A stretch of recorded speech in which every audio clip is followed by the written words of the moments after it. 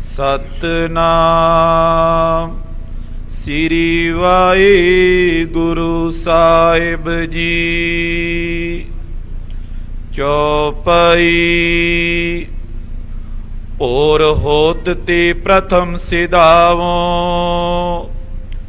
ਸ਼੍ਰੀ ਕਰਤਾਰਪੁਰੀ ਮੈਂ ਜਾਵੋ।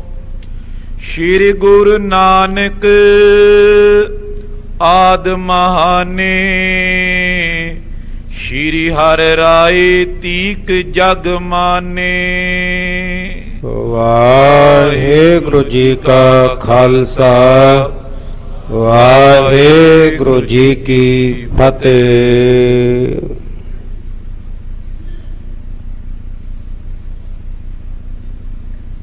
ਧਰਮ ਰੱਖਿਅਕ ਤੇਗ ਦੇ ਧਨੀ ਸਗਲ ਸ੍ਰਿਸ਼ਟੀ ਦੀ ਚਾਦਰ ਮਹਾਨ ਪਰ ਉਪਕਾਰੀ ਸਤਿਗੁਰੂ ਧੰਨ ਧੰਨ ਸ੍ਰੀ ਗੁਰੂ ਤੇਗ ਬਹਾਦਰ ਸਾਹਿਬ ਜੀ। ਸਤਿਗੁਰਾਂ ਜੀ ਦੇ ਪਾਵਨ ਪਵਿੱਤਰ ਅਸਥਾਨ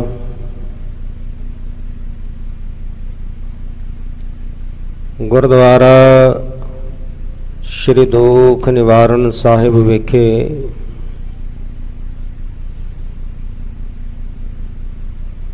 ਚਾਵਰ ਛਤਰ ਤਖਤ ਦੇ ਮਾਲਕ ਵਾਲੀਏ ਕੁਲ ਆਲਮ ਹਸਤੀ ਹੈ ਮੁਕੱਦਸ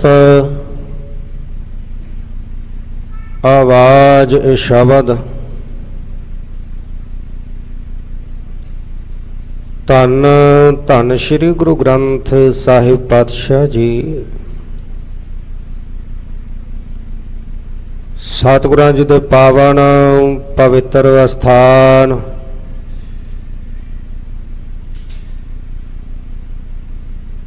ਗੁਰਦੁਆਰਾ ਸ਼੍ਰੀ ਦੁਖ ਨਿਵਾਰਨ ਸਾਹਿਬ ਸਤਿਗੁਰਾਂ ਜੀ ਦੀ ਪਾਵਨ ਪਵਿੱਤਰ ਹਜ਼ੂਰੀ ਅੰਦਰ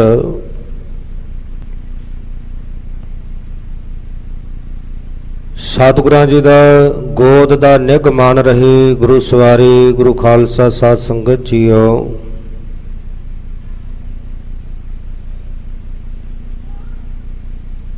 ਵਡਭਾਗੀ ਹਰ ਸੰਗਤ ਪਾਵਹਿ, ਭਾਗਹੀਨ ਭ੍ਰਮ ਚੋਟਾ ਖਾਵਹਿ। ਬਿਨ ਭਾਗਾਂ ਸਤ ਸੰਗ ਨਾ ਲੱਭੈ, ਬਿਨ ਸੰਗਤ ਮੈਲ ਭਰੀਜੈ ਜੀਓ। ਵੱਡੇ ਭਾਗ ਹਨ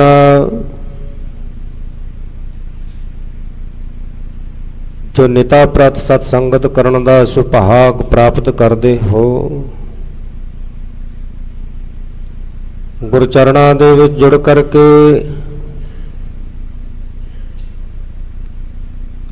ਅੰਮ੍ਰਿਤਮਈ ਬਾਣੀ ਦੇ ਸ਼ਬਦ ਕੀਰਤਨ ਚੱਲ ਰਹੀ ਲੜੀਵਾਰ ਗੁਰ ਇਤਿਹਾਸ ਦੀ ਵਿਚਾਰ ਨੂੰ ਸਰਵਨ ਕਰਕੇ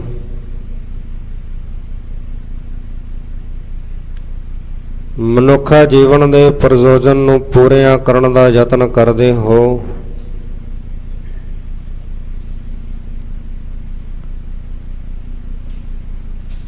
ਅੱਜ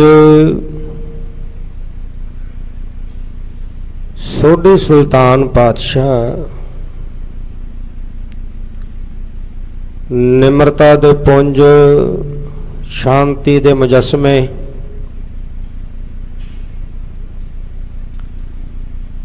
ਧੰਨ ਧੰਨ ਸ੍ਰੀ ਗੁਰੂ ਰਾਮਦਾਸ ਸਾਹਿਬ ਜੀ। ਸਤਿਗੁਰਾਂ ਜੀ ਦਾ ਪਾਵਨ ਪ੍ਰਕਾਸ਼ ਗੁਰਪੁਰਬ ਬੜੀ ਸ਼ਰਧਾ ਬੜੀ ਭਾਵਨਾ ਦੇ ਨਾਲ ਗੁਰਚਰਨਾਂ ਦੇ ਵਿੱਚ ਜੁੜ ਕਰਕੇ ਮਨਾ ਰਹੇ ਹੋ।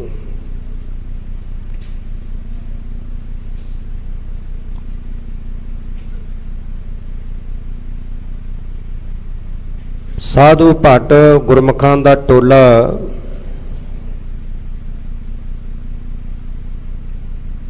ਜਦੋਂ ਸੱਚ ਦੀ ਪ੍ਰਾਪਤੀ ਵਾਸਤੇ ਨਿਕਲਿਆ ਰਹਿਓ ਸਾਧ ਹੋ ਟੋਲ ਸਾਧ ਰਹਿਓ ਟੋਲ ਹੋ ਸਾਧ ਬਤੇਰੇ ਡਿਠੇ।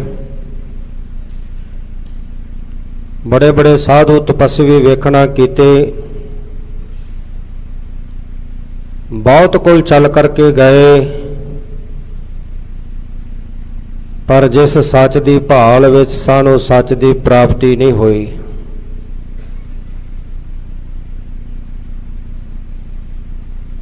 ਗੁਰੂ ਨਾਨਕ ਦੇ ਘਰ ਵਿੱਚ ਆਏ।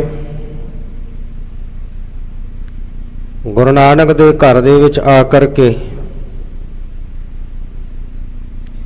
ਵੇਖਿਆ ਕਿ ਇੱਥੇ ਕਥਨੀ ਤੇ ਕਰਨੀ ਦੇ ਵਿੱਚ ਕੋਈ ਅੰਤਰ ਨਹੀਂ। ਜੈਸਾ ਸਤਿਗੁਰੂ ਸੁਣੀਦਾ ਤੈਸੋ ਹੀ ਮੈਂ ਡੀਠ। ਜਿਸ ਤਰ੍ਹਾਂ ਗੁਰੂ ਨਾਨਕ ਦੇ ਘਰ ਦੀ ਮਹਿਮਾ ਸੁਣੀ ਸੀ, ਉਸੇ ਤਰ੍ਹਾਂ ਆਣ ਕੇ ਤੱਕਿਆ ਹੈ। ਗੁਰੂ ਨਾਨਕ ਦੇ ਘਰ ਦੇ ਵਿੱਚ ਆ ਕੇ ਆਤਮਿਕ ਆਨੰਦ ਨੂੰ ਮਾਣਿਆ। ਉਹ ਜਿਹੜੀ ਭਾਲ ਸੀ ਉਹ ਖਤਮ ਹੋਈ ਹੈ, ਸੱਚ ਦੀ ਪ੍ਰਾਪਤੀ ਹੋਈ। ਇਹਨਾਂ ਭੱਟ ਸਾਹਿਬਾਨਾਂ ਦੇ ਵਿੱਚੋਂ ਤਾਂ ਹੀ ਤਾਂ ਭੱਟ ਕੀਰਤ ਜੀ ਲਿਖਦੇ ਨੇ,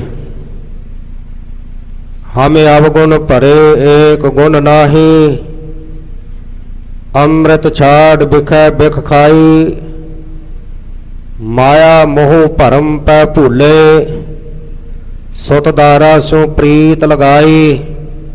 ਇੱਕ ਉੱਤਮ ਪੰਥ ਸੁਣਿਓ ਗੁਰ ਸੰਗਤ, ਤਹ ਮਿਲੰਤ ਜਮ ਤਰਾਸ ਮਿਟਾਈ। ਇੱਕ ਅਰਦਾਸ ਪਾਠ ਕੀਰਤ ਕੀ, ਗੁਰ ਰਾਮਦਾਸ ਰੱਖੋ ਸ਼ਰਨਾਈ।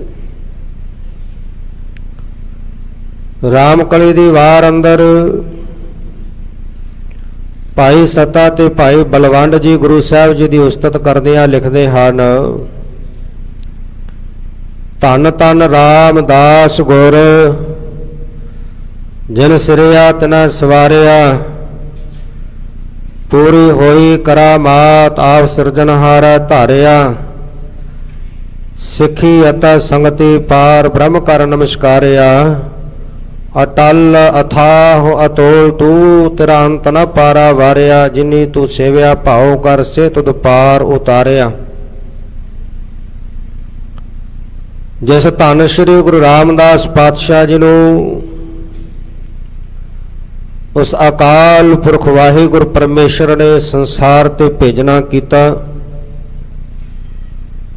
ਉਹਨਾਂ ਦਾ ਜੀਵਨ ਵੀ ਉਸ ਅਕਾਲ ਪੁਰਖ ਵਾਹਿਗੁਰੂ ਪਰਮੇਸ਼ਰ ਨੇ ਉਤਨਾ ਸੁੰਦਰ ਤੇ ਸੋਹਣਾ ਬਣਾਇਆ। ਜਿਨ ਸਿਰਿਆ ਤਿਨਾ ਸਵਾਰਿਆ। ਜਿਸ ਪਰਮੇਸ਼ਰ ਨੇ ਪੈਦਾ ਕੀਤਾ, ਭੇਜਣਾ ਕੀਤਾ, ਉਹਨਾਂ ਨੇ ਸਵਾਰਨਾ ਕੀਤਾ, ਸੋਹਣਾ ਬਣਾਉਣਾ ਕੀਤਾ।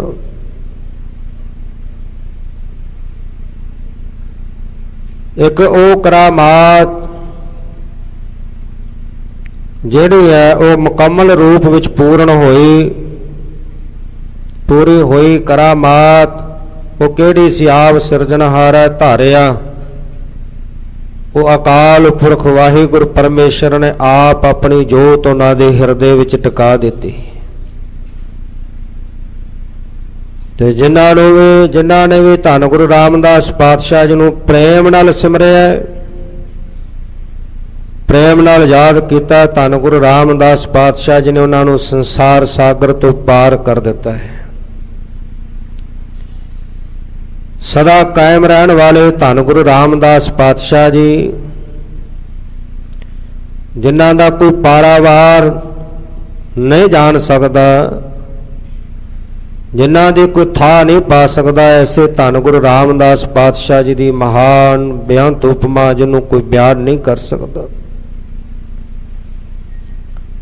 ਐਸੇ ਸਤਿਗੁਰੂ ਸ੍ਰੀ ਗੁਰੂ ਰਾਮਦਾਸ ਪਾਤਸ਼ਾਹ ਜੀ, ਜਿਨ੍ਹਾਂ ਦਾ ਆਗਮਨ ਅੱਜ ਦੇ ਦਿਨ ਚੂਨਾ ਮੰਡੀ ਲਾਹੌਰ ਵਿਖੇ ਮਾਤਾ ਦਇਆ ਕੌਰ ਜੀ ਦੀ ਕੁੱਖੋਂ ਪਿਤਾ ਹਰੀਦਾਸ ਜੀ ਦੇ ਗ੍ਰਹਿ ਵਿਖੇ ਹੋਇਆ।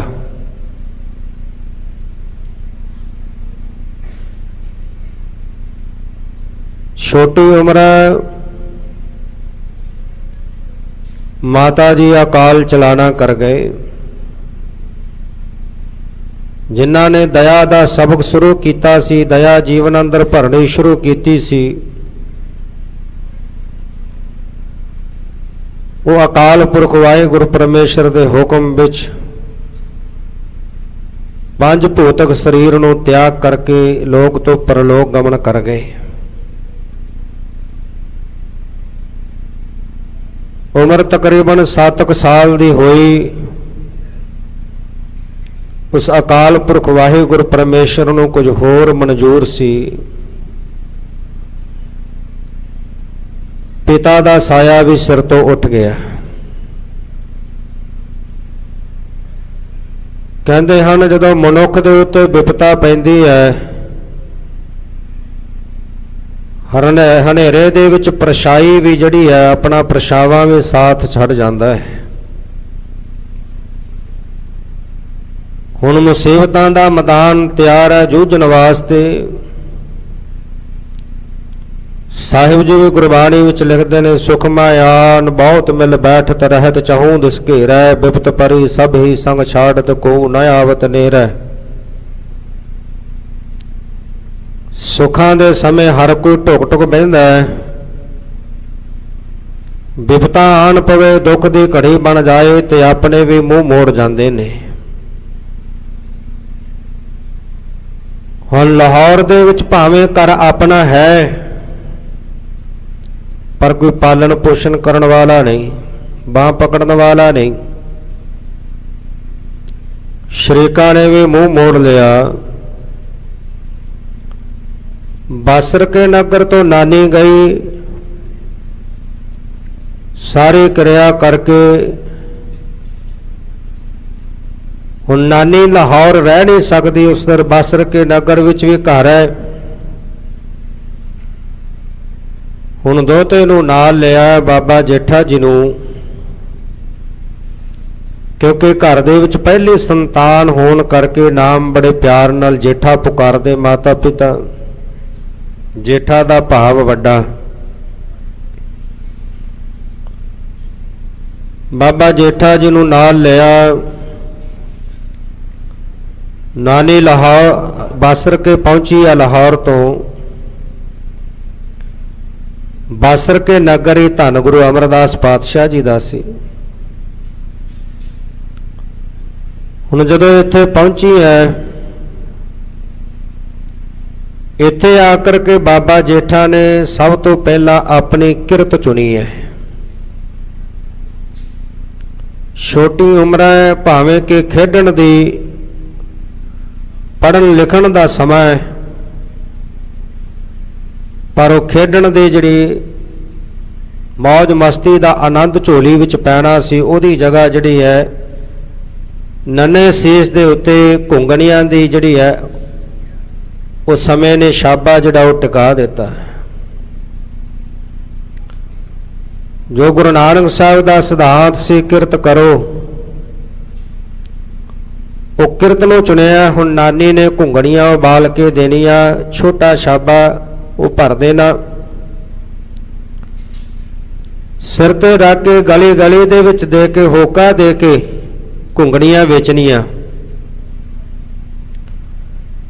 ਬਾਬਾ ਜੇਠਾ ਜੀ ਨੇ ਕਿਸੇ ਅੱਗੇ ਹੱਥ ਨਹੀਂ ਫੁਲਾਇਆ, ਆਪਣੀ ਕਿਰਤ ਕਰ ਰਹੇ ਨੇ। ਇੱਕ ਦਿਨ ਸਮਾਂ ਕੋਈ ਫਕੀਰ ਸਤਪੁਰਸ਼ ਮਿਲੇ, ਬੜੀ ਭੁੱਖ ਲੱਗੀ ਹੈ। ਕਹਿਣ ਲੱਗੇ ਕਿ ਜੇਠਾ ਬੜੀ ਭੁੱਖ ਲੱਗੀ ਆ, ਘੁੰਗਣੀਆਂ ਛਕਾ ਦੇ। ਜਦੋਂ ਛੋਟੇ ਹੱਥਾਂ ਦੇ ਨਾਲ ਬੁੱਕ ਭਰ ਕੇ ਦੇਣ ਲੱਗੇ, ਕਹਿਣ ਲੱਗੇ ਭੁੱਖ ਬਹੁਤ ਤੀਬਰ ਹੈ, ਜ਼ਿਆਦਾ ਭੁੱਖ ਹੋਣ ਕਰਕੇ ਤੇਰੇ ਨੰਨੇ ਹੱਥਾਂ ਨਾਲ ਭਰਿਆ ਬੁੱਕ ਮੇਰੀ ਭੁੱਖ ਨੂੰ ਮਿਟਾ ਨਹੀਂ ਸਕੇਗਾ।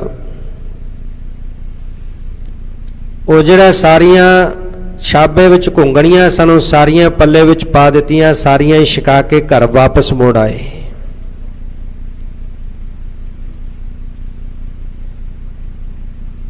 ਤੇ ਜੇ ਕਿਤੇ ਭਗਤ ਸਾਹਿਬਾਨ ਜੀ ਦਾ ਬਚਨ ਪੜ੍ਹੀਏ, ਅਨ ਹੋਂਦੇ ਆਪ ਵੰਡਾਏ, ਕੋ ਐਸਾ ਭਗਤ ਸਦਾਏ।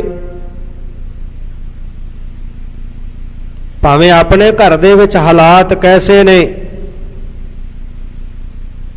ਪਰ ਫਿਰ ਵੀ ਪੱਲਿਓਂ ਦੇਣ ਦਾ ਜਿਹੜਾ ਉਹ ਜਿਗਰਾ ਰੱਖਦੇ ਨੇ, ਪੱਲਿਓਂ ਦੇਣ ਦੀ ਭਾਵਨਾ ਰੱਖਦੇ ਨੇ, ਲੋੜਵੰਦ ਦੀ ਲੋੜ ਪੂਰੀ ਕਰਨ ਦੀ ਭਾਵਨਾ ਰੱਖਦੇ ਨੇ। ਗੁਰੂ ਨਾਨਕ ਸਾਹਿਬ ਪਾਤਸ਼ਾਹ ਸਿੱਧਾਂ ਨਾਲ ਮੇਲ ਹੋਇਆ, ਕਹਿਣ ਲੱਗੇ ਤੁਸੀਂ ਕਹਿੰਦੇ ਹੋ ਵੰਡ ਕੇ ਛਕਣਾ ਚਾਹੀਦਾ ਹੈ। ਗੁਰੂ ਨਾਨਕ ਸਾਹਿਬ ਦਾ ਜਿਹੜਾ ਸਿਧਾਂਤ ਸੀ ਉਹ ਬਾਬਾ ਜੇਠਾ ਜੀ ਨੇ ਜੀਵਨ ਅੰਦਰ ਅਪਣਾਇਆ, ਕਿਰਤ ਕਰੋ ਨਾਮ ਜਪੋ ਵੰਡ ਛਕੋ ਦਾ। ਕਹਿਣ ਲੱਗੇ, ਉਹਨਾਂ ਸਿੱਧਾਂ ਨੇ ਇੱਕ ਤਿਲ ਦਿੱਤਾ, ਕਹਿਣ ਲੱਗੇ ਇਹਨੂੰ ਵੰਡ ਕੇ ਛਕ ਕੇ ਵਿਖਾਓ। ਸਤਿਗੁਰੂ ਪਾਤਸ਼ਾਹ ਜੀ ਨੇ ਤਿਲ ਲਿਆ, ਜਲ ਪਾ ਕੇ ਰਗੜ ਕੇ ਜਲ ਵਿੱਚ ਤੇ ਉਹ ਸਾਰਿਆਂ ਨੂੰ ਛਕਾ ਦਿੱਤਾ। ਕਹਿੰਦੇ ਵੰਡ ਕੇ ਛਕਣ ਦੀ ਭਾਵਨਾ ਹੋਣੀ ਚਾਹੀਦੀ ਹੈ। ਘਰ ਵਾਪਸ ਆਏ, ਨਾਨੀ ਨੇ ਪੁੱਛਿਆ ਅੱਜ ਦੀ ਵਟਕ, ਕਹਿਣ ਲੱਗੇ ਅੱਜ ਦੀ ਵਟਕ ਰੱਬ ਦੇ ਘਰ ਪਹੁੰਚ ਗਈ ਹੈ। ਉਸ ਖੁਦਾ ਦੇ ਨਾਮ ਤੇ ਉਹਦੇ ਘਰ ਵਿੱਚ ਜਿਹੜੀ ਆ ਵਟਕ ਲਗਾ ਦਿੱਤੀ ਹੈ। ਭੁੱਖੇ ਸਾਧੂ ਮਿਲੇ, ਉਹਨਾਂ ਨੂੰ ਘੁੰਗਣੀਆਂ ਛਕਾ ਦਿੱਤੀਆਂ। ਨਾਨੀ ਦਾ ਹਿਰਦਾ ਵੈਰਾਗ ਨਾਲ ਭਰਿਆ। ਵਜਦ ਵਿੱਚ ਆ ਕੇ ਨਾਨੀ ਨੇ ਅਰਦਾਸ ਕੀਤੀ ਹੋਵੇਗੀ ਕਿ ਇਹ ਵਾਹਿਗੁਰੂ ਹੈ, ਪ੍ਰਭੂ ਹੈ, ਪ੍ਰਮਾਤਮਾ, ਇਸ ਬੱਚੇ ਨੂੰ ਦਿਲ ਬਾਦਸ਼ਾਹਾਂ ਵਾਲਾ ਦਿੱਤਾ ਹੀ, ਵੰਡ ਕੇ ਛਕਣ ਵਾਲਾ ਜਿਗਰਾ ਦਿੱਤਾ ਹੀ, ਲੋੜਵੰਦ ਦੀ ਲੋੜ ਪੂਰੀ ਕਰਨ ਦਾ, ਭੁੱਖੇ ਦੀ ਭੁੱਖ ਮਿਟਾਉਣ ਦਾ ਜਿਹੜਾ ਤੂੰ ਜਿਗਰਾ ਉਹ ਦਿਲ ਦਿੱਤਾ ਹੀ। ਪਰ ਕਿਤੇ ਉਹ ਬਾਦਸ਼ਾਹਾਂ ਵਾਲੀ ਕਿਰਪਾ ਵੀ ਕਰਦੇ ਤਾਂ ਕਿ ਲੋੜਵੰਦਾਂ ਦੀ ਲੋੜ ਪੂਰੀ ਕਰਦਾ ਰਹੇ। ਉਹ ਸਮਾਂ ਹੋਏਗਾ ਜਦੋਂ ਪ੍ਰਭੂ ਦੇ ਦਰ ਤੇ ਅਰਦਾਸ ਪੂਰੀ ਹੋਏਗੀ। ਅੱਜ ਧੰਨ ਸ਼੍ਰੀ ਗੁਰੂ ਰਾਮਦਾਸ ਪਾਤਸ਼ਾਹ ਜੀ ਦੇ ਘਰ ਦੇ ਵਿੱਚ ਦੁਨੀਆ ਤੇ ਬਾਦਸ਼ਾਹ ਕਹਾਉਣ ਵਾਲੇ ਵੀ ਝੋਲੀਆਂ ਅੱਡ ਕੇ ਮੰਗਦੇ ਨੇ। ਆਖੋ ਧੰਨ ਗੁਰੂ ਰਾਮਦਾਸ ਸਾਹਿਬ ਜੀ। ਤਾਂ ਹੁਣ ਸ਼੍ਰੀ ਗੁਰੂ ਅਮਰਦਾਸ ਪਾਤਸ਼ਾਹ ਜੀ ਨੇ ਗੁਰੂ ਅੰਗਦ ਦੇ ਪਾਤਸ਼ਾਹ ਜੀ ਦਾ ਹੁਕਮ ਪਾ ਕੇ ਸਿੱਖੀ ਦਾ ਕੇਂਦਰ ਗੋਇੰਦਵਾਲ ਸਾਹਿਬ ਨਗਰ ਵਸਾਇਆ ਤੇ ਕਾਰ ਸੇਵਾ ਚੱਲ ਰਹੀ ਹੈ, ਬੌਲੀ ਸਾਹਿਬ ਦੀ ਸੇਵਾ ਚੱਲ ਰਹੀ ਹੈ। ਬਾਬਾ ਜੇਠਾ ਜੀ ਧੰਨ ਗੁਰੂ ਅਮਰਦਾਸ ਪਾਤਸ਼ਾਹ ਜੀ ਦੀ ਸ਼ਰਨ ਵਿੱਚ ਆਏ। ਇੱਥੇ ਆ ਕੇ ਸੇਵਾ ਕਰਨੀ ਪ੍ਰਾਰੰਭ ਕੀਤੀ, ਪਰ ਆਪਣੀ ਕਿਰਤ ਨਾਲ ਜਾਰੀ ਰੱਖੀ ਹੈ। ਕਿਰਤ ਵੀ ਕਰਦੇ ਨੇ, ਪਰ ਧੰਨ ਗੁਰੂ ਅਮਰਦਾਸ ਪਾਤਸ਼ਾਹ ਜੀ ਦੇ ਘਰ ਦੇ ਵਿੱਚ ਰਹਿ ਕੇ ਸੇਵਾ ਵੀ ਕਰਦੇ ਨੇ। ਸੇਵਾ ਕਰਦਿਆਂ ਕਰਦਿਆਂ ਸਮਾਂ ਬਤੀਤ ਹੋਇਆ।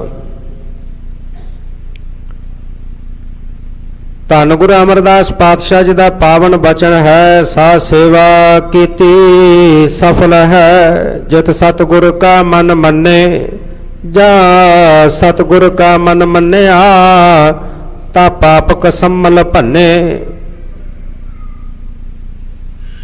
ਸੇਵਾ ਜਿਹੜੀ ਸਤਿਗੁਰੂ ਨੂੰ ਭਾ ਜਾਏ, ਚੰਗੀ ਲੱਗ ਜਾਏ। ਬਾਬਾ ਜੇਠਾ ਜੀ ਬੜੀ ਭਾਵਨਾ ਨਾਲ ਸੇਵਾ ਕਰਦੇ।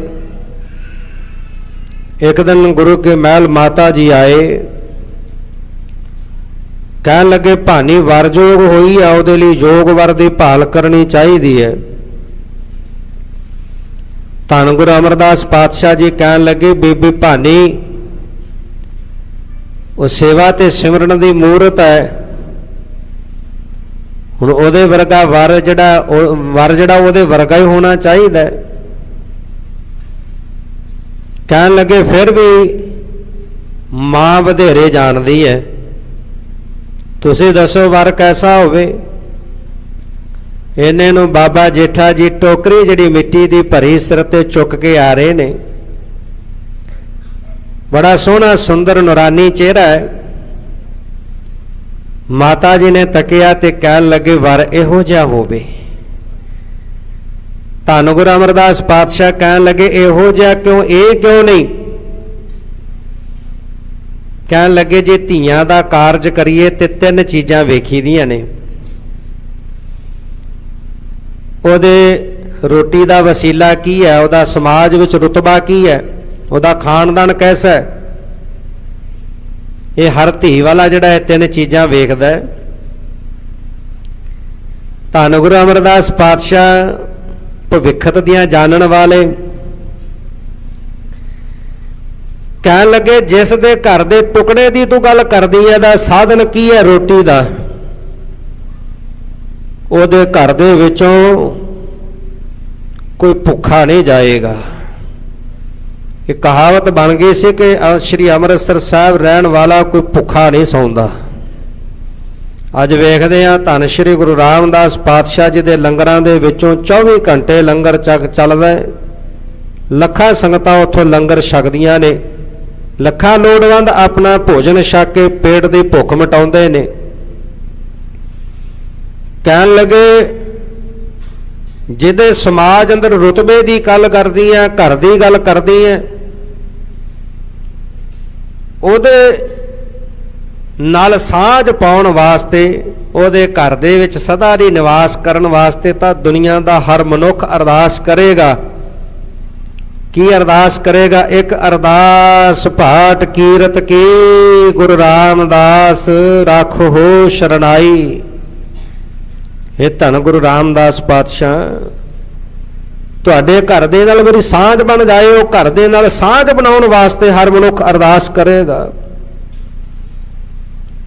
ਹੁਣ ਬਾਬਾ ਜੇਠਾ ਜੀ ਨੂੰ ਕੋਲ ਬੁਲਾਇਆ, ਬੁਲਾ ਕੇ ਪੁੱਛਣ ਲੱਗੇ ਬਾ ਜੇਠਾ ਜੀ ਤੁਸੀਂ ਜਦੋਂ ਗੋਇੰਦਵਾਲ ਸਾਹਿਬ ਆਏ ਮਨ ਵਿੱਚ ਕੀ ਭਾਵਨਾ ਕੀ ਖਿਆਲ ਲੈ ਕੇ ਆਏ? ਕਹਿਣ ਲੱਗੇ ਸਤਿਗੁਰੂ ਪਾਤਸ਼ਾਹ ਮੇਰੀ ਉਮਰ ਬਹੁਤ ਛੋਟੀ ਸੀ, ਮਾਤਾ ਪਿਤਾ ਅਕਾਲ ਚਲਾਣਾ ਕਰ ਗਏ, ਮੈਂ ਅਨਾਥ ਹੋ ਗਿਆ, ਆਪਣਿਆਂ ਨੇ ਵੀ ਮੂੰਹ ਮੋੜ ਲਿਆ ਤੇ ਮੈਂ ਗੁਰੂ ਨਾਨਕ ਦੇ ਘਰ ਵਿੱਚ ਚੱਲ ਕੇ ਆਇਆ ਇੱਥੋਂ ਪਿਆਰ ਲੈਣ ਵਾਸਤੇ ਕਿ ਮੈਨੂੰ ਮਾਂ ਪਿਓ ਵਾਲਾ ਪਿਆਰ ਇੱਥੋਂ ਮਿਲੇਗਾ। ਫਿਰ ਗੁਰੂ ਅਮਰਦਾਸ ਪਾਤਸ਼ਾਹ ਕਹਿਣ ਲੱਗੇ ਜੇਠਾ ਜੀ ਨੂੰ ਪੁੱਛਿਆ, ਕਹਿਣ ਲੱਗੇ ਫਿਰ ਉਹ ਪਿਆਰ ਮਿਲਿਆ? ਕਹਿੰਦੇ ਜੀ ਹਾਂ, ਉਹ ਮਾਤਾ ਪਿਤਾ ਵਾਲਾ ਨਿੱਘ ਉਹ ਪਿਆਰ ਮੈਨੂੰ ਆਪ ਜੀ ਦੇ ਕੋਲੋਂ ਪ੍ਰਾਪਤ ਹੋਇਆ ਹੈ। ਧੰਨ ਗੁਰੂ ਅਮਰਦਾਸ ਪਾਤਸ਼ਾਹ ਕਹਿਣ ਲੱਗੇ ਜੇਠਾ ਜੀ ਇਹ ਗੱਲ ਸਿਰਫ ਤੁਸੀਂ ਤੇ ਮੈਂ ਜਾਣਦਾ, ਬਾਕੀ ਲੋਕ ਨਹੀਂ ਜਾਣਦੇ। ਆਓ ਅੱਜ ਸਾਰਿਆਂ ਨੂੰ ਦੱਸ ਦਈਏ। ਆਪਣੀ ਪੁੱਤਰੀ ਦਾ ਰਿਸ਼ਤਾ ਕਰਕੇ ਕੇਵਲ ਪਿਆਰ ਹੀ ਨਹੀਂ ਦਿੱਤਾ, ਮਾਤਾ ਪਿਤਾ ਬਣੇ, ਪੁੱਤਰ ਬਣਾਇਆ। ਹੁਣ ਘਰ ਦੇ ਨਾਲ ਸੰਬੰਧ ਜੁੜਿਆ ਧੰਨ ਗੁਰੂ ਅਮਰਦਾਸ ਪਾਤਸ਼ਾਹ ਜੀ ਦੇ। ਤੇ ਹੁਣ ਕਦੇ ਵੀ ਮਨ ਵਿੱਚ ਇਹ ਖਿਆਲ ਨਹੀਂ ਰੱਖਿਆ ਮੈਂ ਗੁਰੂ ਅਮਰਦਾਸ ਪਾਤਸ਼ਾਹ ਜੀ ਦੇ ਘਰ ਦਾ ਜਵਾਈ ਹਾਂ। ਜੋ ਭਾਵਨਾ ਪਹਿਲਾਂ ਸੀ ਇੱਕ ਸੇਵਕ ਵਾਲੀ ਇੱਕ ਸਿੱਖ ਵਾਲੀ, ਉਸੇ ਤਰ੍ਹਾਂ ਰੱਖੀ ਹੈ। ਸਮਾਂ ਬਣਿਆ ਜਿਹੜੇ ਗੁਰੂ ਘਰ ਦੇ ਨਿੰਦਕ ਸਨ, ਈਰਖਾ ਕਰਨ ਵਾਲੇ, ਉਹਨਾਂ ਨੇ ਅਕਬਰ ਬਾਦਸ਼ਾਹ ਦੇ ਕੋਲ ਚੁਗਲੀ ਕੀਤੀ। ਕਹਿਣ ਲੱਗੇ ਜੀ ਧੰਨ ਗੁਰੂ ਅਮਰਦਾਸ ਪਾਤਸ਼ਾਹ ਜੀ ਉਹ ਸਾਰਿਆਂ ਨੂੰ ਇੱਕੋ ਥਾਂ ਤੇ ਭੋਜਨ ਛਕਾਉਂਦੇ ਨੇ, ਕੋਈ ਜਾਤ ਪਾਤ ਦਾ ਖਿਆਲ ਨਹੀਂ ਰੱਖਦੇ, ਜਿੰਨੇ ਵੀ ਸਾਰੇ ਕਰਮ ਕਾਂਡ ਨੇ ਉਹਨਾਂ ਦਾ ਖੰਡਨ ਕਰਦੇ ਨੇ। ਸਨਾਤਨ ਮਤ ਵਾਲਿਆਂ ਨੇ ਚੁਗਲੀ ਕੀਤੀ। ਅਕਬਰ ਬਾਦਸ਼ਾਹ ਸਿਆਣਾ ਸੀ, ਉਹਨੇ ਵਿਚਾਰਿਆ ਧਰਮ ਦਾ ਮਾਮਲਾ ਹੈ। ਇਹਨੇ ਸੁਨੇਹਾ ਭੇਜਿਆ ਕਿ ਗੁਰੂ ਘਰ ਦੇ ਵਿੱਚੋਂ ਇੱਕ ਸੇਵਕ ਆਵੇ, ਜੋ ਇਹ ਸ਼ਿਕਾਇਤਾਂ ਪੁੱਜੀਆਂ ਨੇ ਉਹਦੇ ਬਾਬਤ ਉਹ ਆ ਕੇ ਜਵਾਬ ਦੇਣਾ ਕਰਨ, ਤਸੱਲੀ ਕਰਵਾਉਣ। ਧੰਨ ਗੁਰੂ ਅਮਰਦਾਸ ਪਾਤਸ਼ਾਹ ਜੀ ਨੇ ਬਾਬਾ ਜੇਠਾ ਜੀ ਨੂੰ ਬੁਲਾਇਆ ਤੇ ਲਾਹੌਰ ਜਾਣ ਵਾਸਤੇ ਕਿਹਾ। ਬਾਬਾ ਜੇਠਾ ਜੀ ਕਹਿਣ ਲੱਗੇ ਸਤਿਗੁਰੂ ਪਾਤਸ਼ਾਹ ਸਰੀਰ ਭਾਵੇਂ ਮੇਰਾ ਵਰਤ ਲਿਓ, ਰਹਿਮਤ ਆਪਣੀ ਰੱਖਿਓ, ਕਿਰਪਾ ਤੁਸੀਂ ਕਰਿਓ। ਗੁਰੂ ਸਾਹਿਬ ਦਾ ਹੁਕਮ ਪਾ ਕੇ ਲਾਹੌਰ ਗਏ, ਅਕਬਰ ਬਾਦਸ਼ਾਹ ਦੇ ਦਰਬਾਰ ਵਿੱਚ ਪਹੁੰਚੇ। ਉਹ ਜਿਹੜੇ ਸ਼ਿਕਾਇਤਕਰਤਾ ਸਨ ਉਹਨਾਂ ਨੂੰ ਵੀ ਬੁਲਾ ਲਿਆ। ਐਸਾ ਜਵਾਬ ਦਿੱਤਾ ਕਿ ਸਾਰਿਆਂ ਦੀ ਬੋਲਤੀ ਬੰਦ ਹੋ ਗਈ, ਸਾਰਿਆਂ ਦੀ ਤਸੱਲੀ ਕਰਵਾ ਦਿੱਤੀ ਤੇ ਗੁਰੂ ਘਰ ਦੀ ਜਿੱਤ ਹੋਈ। ਇੱਥੋਂ ਰਾਤ ਦਾ ਸਮਾਂ ਲਾਹੌਰ ਕੱਟ ਕੇ ਬਾਬਾ ਜੇਠਾ ਜੀ ਹੁਣ ਸ਼੍ਰੀ ਗੋਇੰਦਵਾਲ ਸਾਹਿਬ ਨੂੰ ਚਾਲਾ ਪਾਇਆ। ਲਾਹੌਰ ਬਾਜ਼ਾਰ ਵਿੱਚੋਂ ਨਿਕਲ ਰਹੇ ਨੇ, ਕੱਪੜੇ ਦੀ ਦੁਕਾਨ ਵੇਖੀ, ਭਾਵਨਾ ਕਿੰਨੀ ਸੀ, ਪਿਆਰ ਕੈਸਾ ਸੀ ਗੁਰੂ ਨਾਲ, ਇਹ ਬਾਬਾ ਜੇਠਾ ਜੀ ਤੋਂ ਸਿੱਖਣ ਨੂੰ ਮਿਲਦਾ ਹੈ। ਦੁਕਾਨ ਤੇ ਬੜੇ ਸੋਹਣੇ ਸੁੰਦਰ ਵਸਤਰ ਵੇਖੇ, ਕੱਪੜੇ ਦੀ ਦੁਕਾਨ ਸੀ, ਗਏ ਇੱਕ ਬੜਾ ਸੋਹਣਾ ਸੁੰਦਰ ਵਸਤਰ ਪਸੰਦ ਕੀਤਾ ਕਿ ਮੈਂ ਲਾਹੌਰ ਆਇਆ, ਖਾਲੀ ਹੱਥ ਵਾਪਸ ਜਾਣਾ ਠੀਕ ਨਹੀਂ ਲੱਗਦਾ, ਗੁਰੂ ਸਾਹਿਬ ਜੀ ਨੇ ਕੁਝ ਭੇਟਾ ਲੈ ਜਾਣੀ ਚਾਹੀਦੀ ਹੈ। ਵਸਤਰ ਪਸੰਦ ਕਰ ਲਏ ਤੇ ਜਦੋਂ ਹੁਣ ਉਹਦੇ ਮਾਇਆ ਪੁੱਛੀ ਤੇ ਉਹਦਾ ਰੇਟ ਜ਼ਿਆਦਾ ਹੋਣ ਕਰਕੇ ਮਾਇਆ ਕੋਲ ਘੱਟ ਸੀ, ਚੁੱਪ ਕਰਕੇ ਆ ਗਏ, ਵਾਪਸ ਆ ਗਏ। ਰਸਤੇ ਦੇ ਵਿੱਚ ਆਉਂਦਿਆਂ ਬੇਮੌਸਮੇ ਅੰਬ ਵੇਖੇ, ਕਹਿਣ ਲੱਗੇ ਚਲੋ ਕੁਝ ਦਾ ਭੇਟਾ ਲੈ ਲਵਾਂ, ਅੰਬ ਹੀ ਲੈ ਲੈਣਾ। ਉਹ ਅੰਬ ਜਿੰਨੇ ਕੁ ਮਾਇਆ ਕੋਲ ਸੀ ਅੰਬ ਲੈ ਕੇ ਤੁਰੇ ਨੇ, ਪੈਦਲ ਤੁਰੇ ਆ ਰਹੇ ਨੇ। ਗਰਮੀ ਦੇ ਕਾਰਨ ਹੱਥਾਂ ਦੀ ਗਰਮੈਸ਼ ਦੇ ਨਾਲ ਜਿਹੜਾ ਅੰਬ ਦਾ ਰਸ ਸੀ ਉਹ ਨਿਕਲਣਾ ਸ਼ੁਰੂ ਹੋ ਗਿਆ। ਇੱਕ ਛਾਂ, ਬ੍ਰਿਸ਼ ਦੀ ਛਾਂ ਥੱਲੇ ਬੈਠ ਗਏ। ਇੱਕ ਥਾਵੇਂ ਬੈਠ ਕਰਕੇ ਹੁਣ ਸਤਿਗੁਰੂ ਪਾਤਸ਼ਾਹ ਜੀ ਦੇ ਚਰਨਾਂ ਦਾ ਧਿਆਨ ਧਰ ਕੇ ਅਰਦਾਸ ਕਰਦੇ ਨੇ, ਸਤਿਗੁਰੂ ਪਾਤਸ਼ਾਹ ਇਹ ਭੇਟਾ ਮੈਂ ਆਪ ਜੀ ਲਈ ਲਈ ਸੀ, ਪਰ ਇਹ ਮੌਸਮ ਹੱਥਾਂ ਦੀ ਗਰਮੈਸ਼ ਦੇ ਕਾਰਨ ਜਿਹੜਾ ਇਹਦਾ ਰਸ ਨਿਕਲਣਾ ਸ਼ੁਰੂ ਹੋ ਗਿਆ।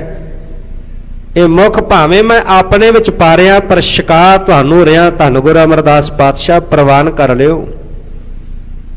ਬੈਠ ਕੇ ਅੰਬ ਛਕ ਲਿਆ। ਗੋਇੰਦਵਾਲ ਸਾਹਿਬ ਵਾਪਸ ਆਏ, ਸਤਿਗੁਰੂ ਜੀ ਦਾ ਦਰਬਾਰ ਸਜਿਆ ਤੇ ਪਿੱਛੇ ਬੈਠ ਗਏ।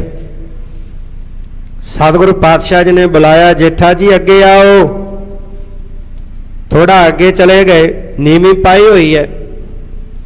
ਕਹਿਣ ਲੱਗੇ ਥੋੜਾ ਹੋਰ ਅੱਗੇ ਆਓ, ਕੁਝ ਹੋਰ ਅੱਗੇ ਹੋ ਗਏ ਤੇ ਪੁੱਛਿਆ ਲਾਹੌਰ ਦੇ ਬਾਬਤ। ਕਹਿਣ ਲੱਗੇ ਜੀ ਉੱਥੇ ਆਪ ਜੀ ਦੀ ਕਿਰਪਾ ਵਰਤੀ ਹੈ, ਆਪ ਜੀ ਨੇ ਬੜੀ ਰਹਿਮਤ ਕੀਤੀ ਹੈ, ਗੁਰੂ ਘਰ ਦੀ ਜਿੱਤ ਹੋਈ ਹੈ। ਕਹਿਣ ਲੱਗੇ ਫਿਰ ਲਾਹੌਰ ਗਏ ਸੀ, ਸਾਡੇ ਲਈ ਕੁਝ ਲੈ ਆਉਣਾ ਸੀ, ਕੁਝ ਲਿਆਏ ਨਹੀਂ, ਖਾਲੀ ਹੱਥ ਆ ਗਏ ਹੋ। ਸਤਿਗੁਰੂ ਪਾਤਸ਼ਾਹ ਤਾਂ ਹੀ ਤਾਂ ਨੀਵੀਂ ਪਾ ਕੇ ਖੜਾ। ਪਿਆਰ ਸੀ, ਵਿਰਾਗ ਸੀ ਹਿਰਦੇ ਅੰਦਰ। ਪਾਤਸ਼ਾਹ ਤਾਂ ਹੀ ਤਾਂ ਅੱਗੇ ਚੱਲ ਕੇ ਨਹੀਂ ਆਇਆ, ਨੀਵੀਂ ਪਾ ਕੇ ਖੜਾ। ਵੇਖਿਆ ਕਿ ਜਿਸ ਵਸਤਰ ਨੂੰ ਮੈਂ ਪਸੰਦ ਕੀਤਾ ਲਾਹੌਰ, ਉਹ ਵਸਤਰ ਤਾਂ ਆਪ ਜੀ ਪਹਿਨ ਕੇ ਬੈਠੇ ਹੋ। ਸਤਿਗੁਰੂ ਪਾਤਸ਼ਾਹ ਜੀ ਨੇ ਬਾਬਾ ਜੇਠਾ ਜੀ ਦੀ ਭਾਵਨਾ ਪੂਰੀ ਕਰ ਦਿੱਤੀ। ਭਾਈ ਬੱਲੂ ਨੂੰ ਭੇਜਿਆ, ਬੱਲੂ ਜਾਓ ਅੰਬ ਦੀਆਂ ਗੁਠਲੀ ਵੀ ਲਾਇਆ ਤੇ ਲਿਆ ਕੇ ਵਿਖਾਈਆਂ। ਤੇ ਬਾਬਾ ਜੇਠਾ ਜੀ ਧੰਨ ਗੁਰੂ ਅਮਰਦਾਸ ਪਾਤਸ਼ਾਹ ਜੀ ਦੇ ਚਰਨਾਂ ਤੇ ਟੈਪੇ। ਪਿਆਰ ਹੋਵੇ ਐਸਾ ਗੁਰੂ ਨਾਲ, ਜਿਨ ਪ੍ਰੇਮ ਕੀਓ ਤਿਨ ਹੀ ਪ੍ਰਭ ਪਾਇਓ। ਹੁਣ ਸਤਿਗੁਰੂ ਪਾਤਸ਼ਾਹ ਜੀ ਨੇ ਬਾਬਾ ਜੇਠਾ ਜੀ ਦੀ ਸੇਵਾ ਜਿਹੜੀ ਆ ਪ੍ਰਸੰਨ ਹੋਏ। ਜਾਣਿਆ ਕਿ ਸਾਡਾ ਸੱਚਖੰਡ ਪਿਆਨਾ ਕਰਨ ਦਾ ਸਮਾਂ ਵੀ ਨਜ਼ਦੀਕ ਆਣ ਪਹੁੰਚਿਆ ਤੇ ਹੁਣ ਵੱਡੇ ਜਵਾਈ ਸਨ ਬਾਬਾ ਰਾਮਾ ਜੀ, ਛੋਟੇ ਸਨ ਬਾਬਾ ਜੇਠਾ ਜੀ, ਉਧਰ ਪੁੱਤਰ ਵੀ ਸਨ ਮੋਹਰੀ ਜੀ, ਬਾਬਾ ਮੋਹਨ ਜੀ ਤੇ ਮੋਹਰੀ ਜੀ। ਹੁਣ ਗੁਰੂ ਸਾਹਿਬ ਜੀ ਨੇ ਬਾਬਾ ਰਾਮਾ ਤੇ ਬਾਬਾ ਜੇਠਾ ਜੀ ਨੂੰ ਦੋ ਥੜੇ ਤਿਆਰ ਕਰਨ ਵਾਸਤੇ ਜਿਹੜੀ ਸੀ ਜਗ੍ਹਾ ਦੀ ਚੋਣ ਕਰਕੇ ਨਿਸ਼ਾਨੀ ਲਾ ਕੇ ਦੱਸਿਆ ਕਿ ਇਸ ਤਰ੍ਹਾਂ ਦਾ ਥੜਾ ਬਣਾਉਣਾ ਹੈ। ਪਹਿਲੇ ਦਿਨ ਦੇ ਥੜੇ ਬਣੇ। ਸ਼ਾਮ ਸਮੇਂ ਗੁਰੂ ਸਾਹਿਬ ਗਏ, ਜਾ ਕੇ ਵੇਖਿਆ ਥੜੇ ਪਸੰਦ ਨਹੀਂ ਆਏ। ਕਹਿਣ ਲੱਗੇ ਸਾਡੇ ਪਸੰਦ ਦੇ ਨਹੀਂ ਬਣੇ, ਢਾ ਦਿਓ। ਢਾ ਦਿੱਤੇ। ਦੂਸਰਾ ਦਿਨ ਹੋਇਆ, ਫਿਰ ਦੱਸੇ, ਫਿਰ ਬਣਾਏ, ਪਸੰਦ ਨਹੀਂ ਆਏ, ਢਾ ਦਿਓ। ਤੀਸਰਾ ਦਿਨ ਹੋਇਆ, ਸ਼ਾਮ ਸਮੇਂ ਫਿਰ ਗਏ, ਕਹਿਣ ਲੱਗੇ ਸਾਡੀ ਪਸੰਦ ਦੇ ਅਜੇ ਵੀ ਥੜੇ ਨਹੀਂ ਬਣੇ, ਢਾ ਦਿਓ। ਮਨੁੱਖੀ ਜੀਵਨ ਦਾ ਇੱਕ ਸੁਭਾਅ ਹੈ ਕਿ ਜਦੋਂ ਦੋ ਵਾਰੀ ਤੋਂ ਬਾਅਦ ਤੀਸਰੀ ਵਾਰੀ ਗੱਲ ਨੂੰ ਜਿਹੜਾ ਦੁਹਰਾ ਦਈਏ ਤੇ ਮਨੁੱਖ ਕਈ ਵਾਰੀ ਕਾਹਲਾ ਪੈ ਕੇ ਜਵਾਬ ਦਿੰਦਾ ਹੈ। ਤੇ ਹੁਣ ਬਾਬਾ ਰਾਮਾ ਜੀ ਕਹਿਣ ਲੱਗੇ ਥੜਾ ਤਾਂ ਠੀਕ ਬਣਿਆ, ਹੁਣ ਤੁਹਾਡੀ ਉਮਰ ਬਜ਼ੁਰਗੀ ਦੀ ਹੋ ਗਈ ਆ, ਬਹੁਤੀ ਉਮਰ ਹੋਣ ਕਰਕੇ ਸਵੇਰੇ ਦੱਸਦੇ ਕੁਝ ਹੋ ਤੋਂ ਸ਼ਾਮ ਨੂੰ ਭੁੱਲ ਜਾਂਦੇ ਹੋ। ਬਾਬਾ ਜੇਠਾ ਜੀ ਕੋਲ ਗਏ, ਜਾ ਕੇ ਕਹਿਣ ਲੱਗੇ ਥੜਾ ਢਾ ਦਿਓ, ਪਸੰਦ ਨਹੀਂ ਆਇਆ। ਤੇ ਦੋਵੇਂ ਹੱਥ ਜੁੜ ਗਏ ਬਾਬਾ ਜੇਠਾ ਜੀ ਦੇ, ਦੋਵੇਂ ਹੱਥ ਜੋੜ ਕੇ ਕਹਿਣ ਲੱਗੇ ਸਤਿਗੁਰੂ ਪਾਤਸ਼ਾਹ ਮੈਂ ਤੁਹਾਡੀ ਪਸੰਦ ਦਾ ਥੜਾ ਬਣਾ ਹੀ ਨਹੀਂ ਸਕਦਾ, ਤੁਸੀਂ ਮੇਰੇ ਤੇ ਕਿਰਪਾ ਕਰੋ ਪਾਤਸ਼ਾਹ, ਤੁਸੀਂ ਮੈਨੂੰ ਦੱਸ ਕੇ ਜਾਂਦੇ ਹੋ, ਮੇਰੀ ਤੁਛ ਬੁੱਧੀ ਹੈ, ਮੈਂ ਭੁੱਲ ਜਾਣਾ। ਇਹ ਨਹੀਂ ਕਿ ਤੁਸੀਂ ਭੁੱਲ ਜਾਂਦੇ, ਕਹਿੰਦਾ ਮੈਂ ਭੁੱਲ ਜਾਣਾ, ਪਰ ਜੇ ਤੁਸੀਂ ਮੇਰੇ ਤੇ ਕਿਰਪਾ ਕਰਦੇ ਹੋ, ਆਪਣੀ ਰਹਿਮਤ ਕਰਦੇ ਹੋ, ਆਪਣੀ ਕਿਰਪਾ ਦੇ ਨਾਲ ਆਪਣੀ ਪਸੰਦ ਦਾ ਥੜਾ ਬਣਵਾ ਲਵੋ ਪਾਤਸ਼ਾਹ, ਮੇਰੇ ਵਿੱਚ ਤਾਕਤ ਨਹੀਂ ਮੈਂ ਤੁਹਾਡੀ ਪਸੰਦ ਦਾ ਥੜਾ ਬਣਾ ਸਕਾਂ। ਗੱਲ ਸ਼ਰਧਾ ਰੂਪੀ ਥੜੇ ਦੀ ਸੀ ਜੋ ਬਾਬਾ ਜੇਠਾ ਜੀ ਦੇ ਹਿਰਦੇ ਅੰਦਰ ਬਣ ਚੁੱਕਾ ਸੀ। ਅੱਜ ਵੀ ਆਪ ਜੀ ਜਦੋਂ ਗੋਇੰਦਵਾਲ ਸਾਹਿਬ ਜਾਂਦੇ ਹੋ, ਬਾਉਲੀ ਸਾਹਿਬ ਦੇ ਦਰਸ਼ਨ ਕਰਨ ਵਾਸਤੇ ਅੰਦਰ ਜਾਈਏ ਤੇ ਖੱਬੇ ਹੱਥ ਤੇ ਉਹ ਥੜਾ ਅੱਜ ਵੀ ਮੌਜੂਦ ਹੈ, ਸੰਗਤਾਂ ਦਰਸ਼ਨ ਕਰਦੀਆਂ ਨੇ। ਫਿਰ ਜਸੇ ਥੜੇ ਤੇ ਬਿਠਾ ਕੇ ਬਾਬਾ ਬੁੱਢਾ ਜੀ ਨੂੰ ਬੁਲਾ ਕੇ ਇਸ਼ਨਾਨ ਕਰਾਇਆ, ਸੁੰਦਰ ਨਵੀਨ ਵਸਤਰ ਪਹਿਨਾਏ ਤੇ ਗੁਰਿਆਈ ਦੀ ਬਖਸ਼ਿਸ਼ ਕੀਤੀ। ਕਹਿਣ ਲੱਗੇ ਕਿ ਮੇਰਾ ਭਾਵੇਂ ਰਿਸ਼ਤਾ ਬਾਬਾ ਜੇਠਾ ਜੀ ਦੇ ਨਾਲ ਇੱਕ ਸਹੁਰੇ ਵਾਲਾ ਹੈ, ਹੁਣ ਆਪਾਂ ਵੇਖਦੇ ਹਾਂ ਕਿ ਜਵਾਈ ਸਹੁਰੇ ਨੂੰ ਝੁੱਕ ਕੇ ਨਮਸਕਾਰ ਪ੍ਰਣਾਮ ਕਰਦਾ, ਮੱਥਾ ਟੇਕਦਾ, ਪਰ ਕਹਿਣ ਲੱਗੇ ਅੱਜ ਗੁਰੂ ਨਾਨਕ ਦੀ ਜੋਤ ਇਹਨਾਂ ਦੇ ਹਿਰਦੇ ਵਿੱਚ ਟਿਕੀ ਹੈ, ਇਸ ਕਰਕੇ ਪ੍ਰਕਰਮਾ ਕਰਦਿਆਂ ਹੋਇਆਂ ਸਤਿਗੁਰੂ ਪਾਤਸ਼ਾਹ ਜੀ ਨੇ ਬਾਬਾ ਜੇਠਾ ਜੀ ਤੋਂ ਗੁਰੂ ਰਾਮਦਾਸ ਬਣਾ ਕੇ ਨਮਸਕਾਰ ਕੀਤੀ ਹੈ। ਤੇ ਪੁੱਤਰਾਂ ਨੂੰ ਕਿਹਾ, ਬਾਬਾ ਮੋਹਨ ਜੀ ਉੱਠ ਕੇ ਚਲੇ ਗਏ, ਮੋਹਰੇ ਪੁੱਤ ਸਨਮੁਖ ਹੋਇਆ, ਰਾਮਦਾਸਾ ਪੈਰੀ ਪਾਏ ਜੀਓ। ਮੋਹਰੀ ਜੀ ਨੇ ਉੱਠ ਕੇ ਬਾਬਾ ਮੋਹਰੀ ਜੀ ਨੇ ਮੱਥਾ ਟੇਕਿਆ ਤੇ ਫਿਰ ਸਿੱਖ ਸੰਗਤਾਂ ਨੇ ਮੱਥਾ ਟੇਕਿਆ, ਗੁਰਿਆਈ ਦੀ ਬਖਸ਼ਿਸ਼ ਕੀਤੀ। ਧੰਨ ਗੁਰੂ ਅਮਰਦਾਸ ਪਾਤਸ਼ਾਹ ਕਹਿਣ ਲੱਗੇ ਪੁਰਖਾ ਇਹ ਸੰਗਤਾਂ ਤੁਹਾਡੇ ਮੁਖ ਤੋਂ ਕੋਈ ਸੁਣਨਾ ਚਾਹੁੰਦੀਆਂ ਨੇ ਤੇ ਗੁਰਿਆਈ ਦਾ ਛਤਰ ਝੂਲ ਰਿਹਾ ਹੈ। ਧੰਨ ਗੁਰੂ ਰਾਮਦਾਸ ਪਾਤਸ਼ਾਹ ਜੀ ਨੇ ਉਹ ਲਾਹੌਰ ਦਾ ਸਮਾਂ ਯਾਦ ਕੀਤਾ ਜਦੋਂ ਯਤੀਮ ਹੋ ਗਏ, ਮਾਤਾ ਪਿਤਾ ਦਾ ਸਾਇਆ ਸਿਰ ਤੋਂ ਉੱਠ ਗਿਆ, ਕੋਈ ਬਾਂਹ ਪਕੜਨ ਵਾਲਾ ਨਹੀਂ ਰਿਹਾ। ਉਹ ਸਮੇਂ ਨੂੰ ਯਾਦ ਕਰਕੇ ਅੱਜ ਦੀ ਗੁਰੂ ਦੀ ਬਖਸ਼ਿਸ਼ ਵੇਖ ਕਰਕੇ ਗੁਰੂ ਸਾਹਿਬ ਜੀ ਦੇ ਮੁਖ ਤੋਂ ਜਿਹੜੇ ਪਾਵਨ ਬਚਨ ਨੇ ਉਹ ਨਿਕਲੇ ਲੱਭ ਫਰਕੇ। ਤੇ ਕੀ ਬਚਨ ਸਨ? ਜੋ ਹਮਾਰੀ ਬਿਦ ਹੋਤੀ ਮੇਰੇ ਸਤਿਗੁਰਾ, ਸਾਬਿਦ ਤੁਮ ਹਰ ਜਾਨ ਹੋ ਆਪੇ, ਹਮ ਰੁਲਤੇ ਫਿਰਤੇ ਕੋਈ ਬਾਤ ਨਾ ਪੂਛਤਾ, ਗੁਰ ਸਤਿਗੁਰ ਸੰਗ ਕੀਰੇ ਹਮ ਥਾਪੇ, ਧੰਨ ਧੰਨ ਗੁਰੂ ਨਾਨਕ ਜਨ ਕੇਰਾ, ਜਿਤ ਮਿਲਿਆ ਚੂਕੇ ਸਭ ਸੋਗ ਸੰਤਾਪੇ। ਸਤਿਗੁਰੂ ਪਾਤਸ਼ਾਹ ਮੇਰੀ ਹਾਲਤ ਉਹ ਸੀ, ਮੈਂ ਲਾਹੌਰ ਦੀਆਂ ਗਲੀਆਂ ਦੇ ਵਿੱਚ ਕੱਖਾਂ ਦੇ ਵਾਂਗ ਰੋਲਣ ਵਾਲੀ ਮੇਰੀ ਹਾਲਤ ਬਣ ਗਈ ਸੀ, ਕੋਈ ਬਾਤ ਪੁੱਛਣ ਵਾਲਾ ਨਹੀਂ ਸੀ, ਬਾਂਹ ਪਕੜਨ ਵਾਲਾ ਨਹੀਂ ਸੀ। ਪਰ ਗੁਰੂ ਨਾਨਕ ਦੇ ਘਰ ਵਿੱਚ ਆਇਆ, ਸਤਿਗੁਰੂ ਜੀ ਤੁਸੀਂ ਰਹਿਮਤ ਕਰਕੇ ਬਖਸ਼ਿਸ਼ਾਂ ਨਾਲ ਨਿਵਾਜ ਦਿੱਤਾ ਹੈ। ਇਹ ਪਾਵਨ ਬਚਨ ਸਾਰੀ ਸੰਗਤ ਨੇ ਸਰਵਣ ਕੀਤੇ। ਗੁਰੂ ਸਾਹਿਬ ਜੀ ਦਾ ਹੁਕਮ ਪਾ ਕੇ ਗੁਰੂ ਕਾ ਚੱਕ ਸ਼੍ਰੀ ਅੰਮ੍ਰਿਤਸਰ ਸਾਹਿਬ ਨਗਰ ਵਸਾਇਆ, ਸਿੱਖੀ ਦਾ ਕੇਂਦਰ ਤਿਆਰ ਕਰਵਾਓ, ਇੱਥੇ ਸਿੱਖਾਂ ਦਾ ਕੇਂਦਰੀ ਸਥਾਨ ਬਣਨਾ ਹੈ। ਗੁਰੂ ਸਾਹਿਬ ਜੀ ਦਾ ਹੁਕਮ ਪਾ ਕੇ ਇੱਥੇ ਆ ਕੇ ਟੱਪ ਲਾਇਆ, ਨਗਰ ਵਸਾਉਣਾ ਪ੍ਰਾਰੰਭ ਕੀਤਾ। 52 ਪ੍ਰਕਾਰ ਦੇ ਕਿੱਤਿਆਂ ਵਾਲੇ ਜਿਹੜੇ ਲੋਕ ਨੇ ਉਹਨਾਂ ਨੂੰ ਲਿਆ ਕੇ ਸ਼੍ਰੀ ਅੰਮ੍ਰਿਤਸਰ ਸ਼ਹਿਰ ਦੇ ਵਿੱਚ ਵਸਾਉਣਾ ਕੀਤਾ। ਜਿੱਥੇ ਉਹ ਨਗਰ ਨੂੰ ਵਸਾ ਕਰਕੇ ਉਹ ਪਾਵਨ ਸਰੋਵਰ ਦਾ ਟੱਪ ਲਾਇਆ, ਜਿਹਦੇ ਬਾਬਤ ਆਪਾਂ ਹਰ ਰੋਜ਼ ਬਾਣੀ ਅੰਦਰ ਪੜ੍ਹਦੇ ਹਾਂ, ਰਾਮਦਾਸ ਸਰੋਵਰ ਨਹਾਤੇ ਸਭ ਉਤਰੇ ਪਾਪ ਕਮਾਤੇ, ਨਿਰਮਲ ਹੋਏ ਕਰ ਇਸ਼ਨਾਨਾ, ਗੁਰਪੂਰਾ ਕੀਨੇ ਦਾਨਾ। ਜਿੱਥੇ ਪਾਵਨ ਸੁੰਦਰ ਅਸਥਾਨ ਜਿਹਦੇ ਬਾਬਤ ਗੁਰੂ ਸਾਹਿਬ ਲਿਖਦੇ ਨੇ, ਡਿਠੇ ਸਭੇ ਥਾਮ ਨਹੀਂ ਤੁਧ ਜਿਹਿਆ, ਬੱਧੋ ਪੁਰਖ ਵਿਧਾਤੇ ਤਾ ਤੂੰ ਸੋਹਿਆ, ਵਸਦੇ ਸਗਨ ਅਪਾਰ ਅਨੂਪ ਰਾਮਦਾਸਪੁਰ, ਹਰ ਹਾਂ ਕਸਮਲ ਨਾਨਕ ਕਸਮਲ ਜਾਹੇ ਨਹਾਇਆ ਰਾਮਦਾਸ ਸਰ। ਇਸ ਪਾਵਨ ਸਰੋਵਰ ਦੇ ਵਿੱਚ ਇਸ਼ਨਾਨ ਕਰਨ ਦੇ ਨਾਲ ਤਨ ਦੀ ਮੈਲ ਉਤਰ ਜਾਂਦੀ ਹੈ, ਤਨ ਪਵਿੱਤਰ ਹੋ ਜਾਂਦਾ, ਅਰੋਗ ਹੋ ਜਾਂਦਾ ਹੈ। ਤੇ ਸੱਚਖੰਡ ਸ੍ਰੀ ਹਰਿਮੰਦਰ ਸਾਹਿਬ ਦਰਬਾਰ ਸਾਹਿਬ ਦੇ ਅੰਦਰ ਬੈਠ ਕਰਕੇ ਬਾਣੀ ਸੁਣਨ ਦੇ ਨਾਲ ਮਨ ਪਵਿੱਤਰ ਹੋ ਜਾਂਦਾ ਹੈ, ਮਨ ਅਰੋਗ ਹੋ ਜਾਂਦਾ ਹੈ। ਐਸਾ ਉਹ ਪਾਵਨ ਅਸਥਾਨ ਜਿੱਥੇ ਬਣ ਕਰਕੇ ਤਿਆਰ ਹੋਇਆ। 30 ਰਾਗਾਂ ਦੇ ਵਿੱਚ 638 ਸ਼ਬਦ ਧੰਨ ਸ਼੍ਰੀ ਗੁਰੂ ਰਾਮਦਾਸ ਪਾਤਸ਼ਾਹ ਜੀ ਨੇ ਆਪਣੀ ਪਾਵਨ ਰਸਨਾ ਤੋਂ ਉਚਾਰਨ ਕੀਤੇ। ਸੋਹੀ ਰਾਗ ਦੇ ਅੰਦਰ 4 ਲਾਵਾਂ। ਅੱਜ ਜਦੋਂ ਸਿੱਖ ਬੱਚੇ ਬੱਚੀ ਦਾ ਆਨੰਦ ਕਾਰਜ ਹੁੰਦਾ ਹੈ ਤੇ ਗੁਰੂ ਰਾਮਦਾਸ ਪਾਤਸ਼ਾਹ ਜੀ ਦੀਆਂ ਪਾਵਨ ਰਸਨਾ ਤੋਂ ਉਚਾਰਨ ਕੀਤੀਆਂ 4 ਲਾਵਾਂ ਦਾ ਜਿੰਨੀ ਦੇਰ ਤੱਕ ਪਾਠ ਨਹੀਂ ਹੁੰਦਾ, ਗਾਇਨ ਨਹੀਂ ਹੁੰਦਾ, ਉਨੀ ਦੇਰ ਤੱਕ ਆਨੰਦ ਕਾਰਜ ਸੰਪੂਰਨ ਨਹੀਂ ਹੁੰਦਾ। ਉਹ ਮਰਿਆਦਾ ਕਾਇਮ ਕੀਤੀ। ਉਹ 4 ਲਾਵਾਂ ਧੰਨ ਸ਼੍ਰੀ ਗੁਰੂ ਰਾਮਦਾਸ ਪਾਤਸ਼ਾਹ ਜੀ ਨੇ ਆਪਣੀ ਪਾਵਨ ਰਸਨਾ ਤੋਂ ਉਚਾਰਨ ਕੀਤੀਆਂ, ਜਿਹੜੀਆਂ 4 ਲਾਵਾਂ ਦੇ ਅੰਦਰ ਜੀਵਨ ਦਾ ਉਪਦੇਸ਼ ਹੈ। ਜਿਹੜੀਆਂ 4 ਲਾਵਾਂ ਸਾਡੇ ਜੀਵਨ ਦੇ 4 ਪੜਾਅ ਹਨ, ਜਿਨ੍ਹਾਂ ਪੜਾਵਾਂ ਦੇ ਵਿੱਚੋਂ ਲੰਘਦੇ ਆ ਗੁਰੂ ਸਾਹਿਬ ਦੇ ਉਪਦੇਸ਼ ਨੂੰ ਕਮਾ ਕਰਕੇ ਮਨੁੱਖ ਸੱਚਖੰਡ ਦਾ ਵਾਸੀ ਬਣ ਜਾਂਦਾ ਹੈ। ਉਹ ਸਿੱਖ ਦੇ ਆਨੰਦ ਕਾਰਜ ਦੀ ਮਰਿਆਦਾ ਵੀ 4 ਲਾਵਾਂ ਉਚਾਰਨ ਕਰਕੇ ਗੁਰੂ ਸਾਹਿਬ ਜੀ ਨੇ ਕਾਇਮ ਕੀਤੀ।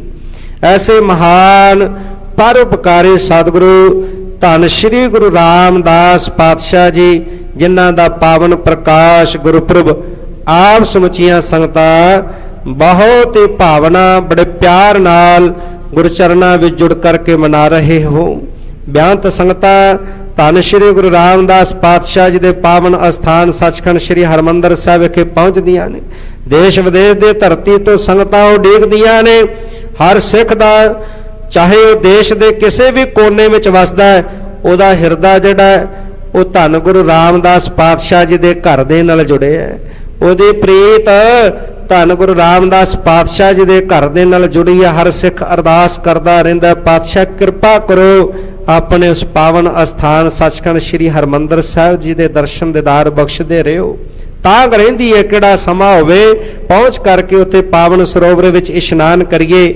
ਉਸ ਪਾਵਨ ਅਸਥਾਨ ਤੇ ਜਾ ਕੇ ਨਤਮਸਤਕ ਹੋ ਕੇ ਗੁਰੂ ਰਾਮਦਾਸ ਪਾਤਸ਼ਾਹ ਜੀ ਦੀਆਂ ਸੀਸਾਂ ਦੇ ਪਾਤਰ ਬਣੀਏ। ਸੋ ਸਤਿਗੁਰੂ ਧੰਨ ਧੰਨ ਸ਼੍ਰੀ ਗੁਰੂ ਰਾਮਦਾਸ ਪਾਤਸ਼ਾਹ ਜੀ ਦੇ ਪਾਵਨ ਪ੍ਰਕਾਸ਼ ਗੁਰਪੁਰਬ ਦੀ ਆਪ ਸਰਬੱਤ ਸੰਗਤਾਂ ਨੂੰ ਲੱਖ ਲੱਖ ਵਧਾਈ ਹੋਵੇ। ਸਤਿ ਸ੍ਰੀ ਅਕਾਲ। ਲੜੀਵਾਰ ਕਥਾ ਆਪ ਜੀ ਸਰਵਣ ਕਰ ਰਹੇ ਹੋ। ਜਦੋਂ ਧੀਰਮਲ ਦੇ ਕੋਲ ਸਾਰੀਆਂ ਵਸਤੂਆਂ ਪਹੁੰਚੀਆਂ, ਗੁਰੂ ਸਾਹਿਬ ਜੀ ਦੇ ਬਚਨ ਸੁਣ ਕੇ ਬੜਾ ਝੂਰ ਰਿਹਾ, ਚਿੰਤਾਵਸ ਹੋਏ ਨੂੰ ਮਸੰਦ ਵੇਖ ਕੇ ਬੋਲਦਾ ਹੈ ਕਿ ਕਿਉਂ ਇਤਨੇ ਚਿੰਤਾ ਧਾਰਨ ਕੀਤੀ ਹੈ। ਸਾਰੀਆਂ ਵਸਤੂਆਂ, ਸਾਰਾ ਧਨ ਤੁਹਾਡੇ ਕੋਲ ਵਾਪਸ ਆਇਆ ਹੈ। ਉਹਨਾਂ ਨੂੰ ਗੁਰੂ ਤੇਗ ਬਹਾਦਰ ਸਾਹਿਬ ਜੀ ਨੇ ਤੁਹਾਨੂੰ ਆਪਣੇ ਤੋਂ ਵੱਡਾ ਜਾਣਿਆ ਹੈ, ਜਾਂ ਦੂਸਰਾ ਕਾਰਨ ਉਹ ਡਰ ਗਏ ਹੋਣਗੇ ਤੁਹਾਡੇ ਤੋਂ, ਤਾਂ ਹੀ ਇਹ ਸਾਰਾ ਕੁਝ ਵਾਪਸ ਕਰ ਦਿੱਤਾ ਹੈ। ਇਸ ਕਰਕੇ ਹੁਣ ਤੁਸੀਂ ਚਿੰਤਾਵਸ ਨਾ ਹੋਵੋ, ਨਹੀਂ ਕਿਸੇ ਨੇ ਆ ਕੇ ਤੁਹਾਡੀ ਪੂਜਾ ਨਹੀਂ ਕਰਨੀ। ਖੁਸ਼ੀ ਦੇ ਸਹਿਤ ਸਾਰੀਆਂ ਵਸਤੂਆਂ ਨੂੰ ਪਾ ਕਰਕੇ ਲੈਣ ਦੇਣ ਕਰੋ। ਪਰ ਇਧਰ ਧੀਰਮਲ ਨੂੰ ਧੀਰਜ ਨਹੀਂ ਵੱਜ ਰਿਹਾ, ਮਸੰਦ ਨੂੰ ਲਾਂਤਾ ਪਾਉਂਦਾ, ਕਹਿੰਦਾ ਤੂੰ ਮੇਰੇ ਕੋਲੋਂ ਖੋਟਾ ਕੰਮ ਕਰਵਾਇਆ, ਜਿਹੜੀ ਥੋੜੀ ਬਹੁਤੀ ਕੋਈ ਇੱਜ਼ਤ ਬਣੀ ਸੀ ਉਹ ਵੀ ਮੇਰੀ ਚਲੀ ਗਈ। ਹੁਣ ਮੈਂ ਬਕਾਲੇ ਨਗਰ ਵਿੱਚ ਨਹੀਂ ਰਹਿ ਸਕਦਾ, ਮੈਂ ਕਰਤਾਰਪੁਰ ਨਗਰ ਵਿੱਚ ਵਾਪਸ ਜਾਵਾਂਗਾ। ਸਾਰੀਆਂ ਵਸਤੂਆਂ ਚੈੱਕ ਕਰ ਲਓ ਕਿ ਸਾਰੀਆਂ ਜਿਹੜੀਆਂ ਉਹ ਪਹੁੰਚ ਗਈਆਂ ਨੇ। ਜਦੋਂ ਉਸਦੇ ਸਾਰੀਆਂ ਵਸਤੂਆਂ ਸੰਭਾਲੀਆਂ, ਵੇਖਿਆ ਕਿ ਆਦਿ ਸ੍ਰੀ ਗੁਰੂ ਗ੍ਰੰਥ ਸਾਹਿਬ ਜੀ ਦੇ ਪਾਵਨ ਸਰੂਪ ਨਹੀਂ ਆਏ। ਕਹਿਣ ਲੱਗੇ ਜੀ ਉਹ ਉਹਨਾਂ ਨੇ ਰੱਖ ਲਏ ਨੇ। ਇਹ ਜਾਣ ਕੇ ਧੀਰਮਲ ਜਿਹੜਾ ਹੋਰ ਵੀ ਹਿਰਦੇ ਦਾ ਧੀਰਜ ਖੋ ਬੈਠਾ, ਬੜਾ ਦੁੱਖ ਦੇ ਵਿੱਚ ਪੀੜਾ ਨੂੰ ਮਹਿਸੂਸ ਕਰਦਿਆਂ ਕਹਿਣ ਲੱਗਾ ਕਿ ਜੇ ਤੁਸੀਂ ਅਜਿਹਾ ਖੋਟਾ ਕੰਮ ਨਾ ਕਰਵਾਉਂਦੇ ਤੇ ਆਦਿ ਸ੍ਰੀ ਗ੍ਰੰਥ ਜੀ ਦੇ ਪਾਵਨ ਸਰੂਪ ਉਹਨਾਂ ਕੋਲ ਨਹੀਂ ਸਮਝਾਣੇ। ਹੁਣ ਕੋਈ ਯਤਨ, ਕੋਈ ਉਪਾਅ ਨਹੀਂ ਬਣ ਆਉਂਦਾ ਜਿਵੇਂ ਵਾਪਸ ਲੈ ਆਈਏ।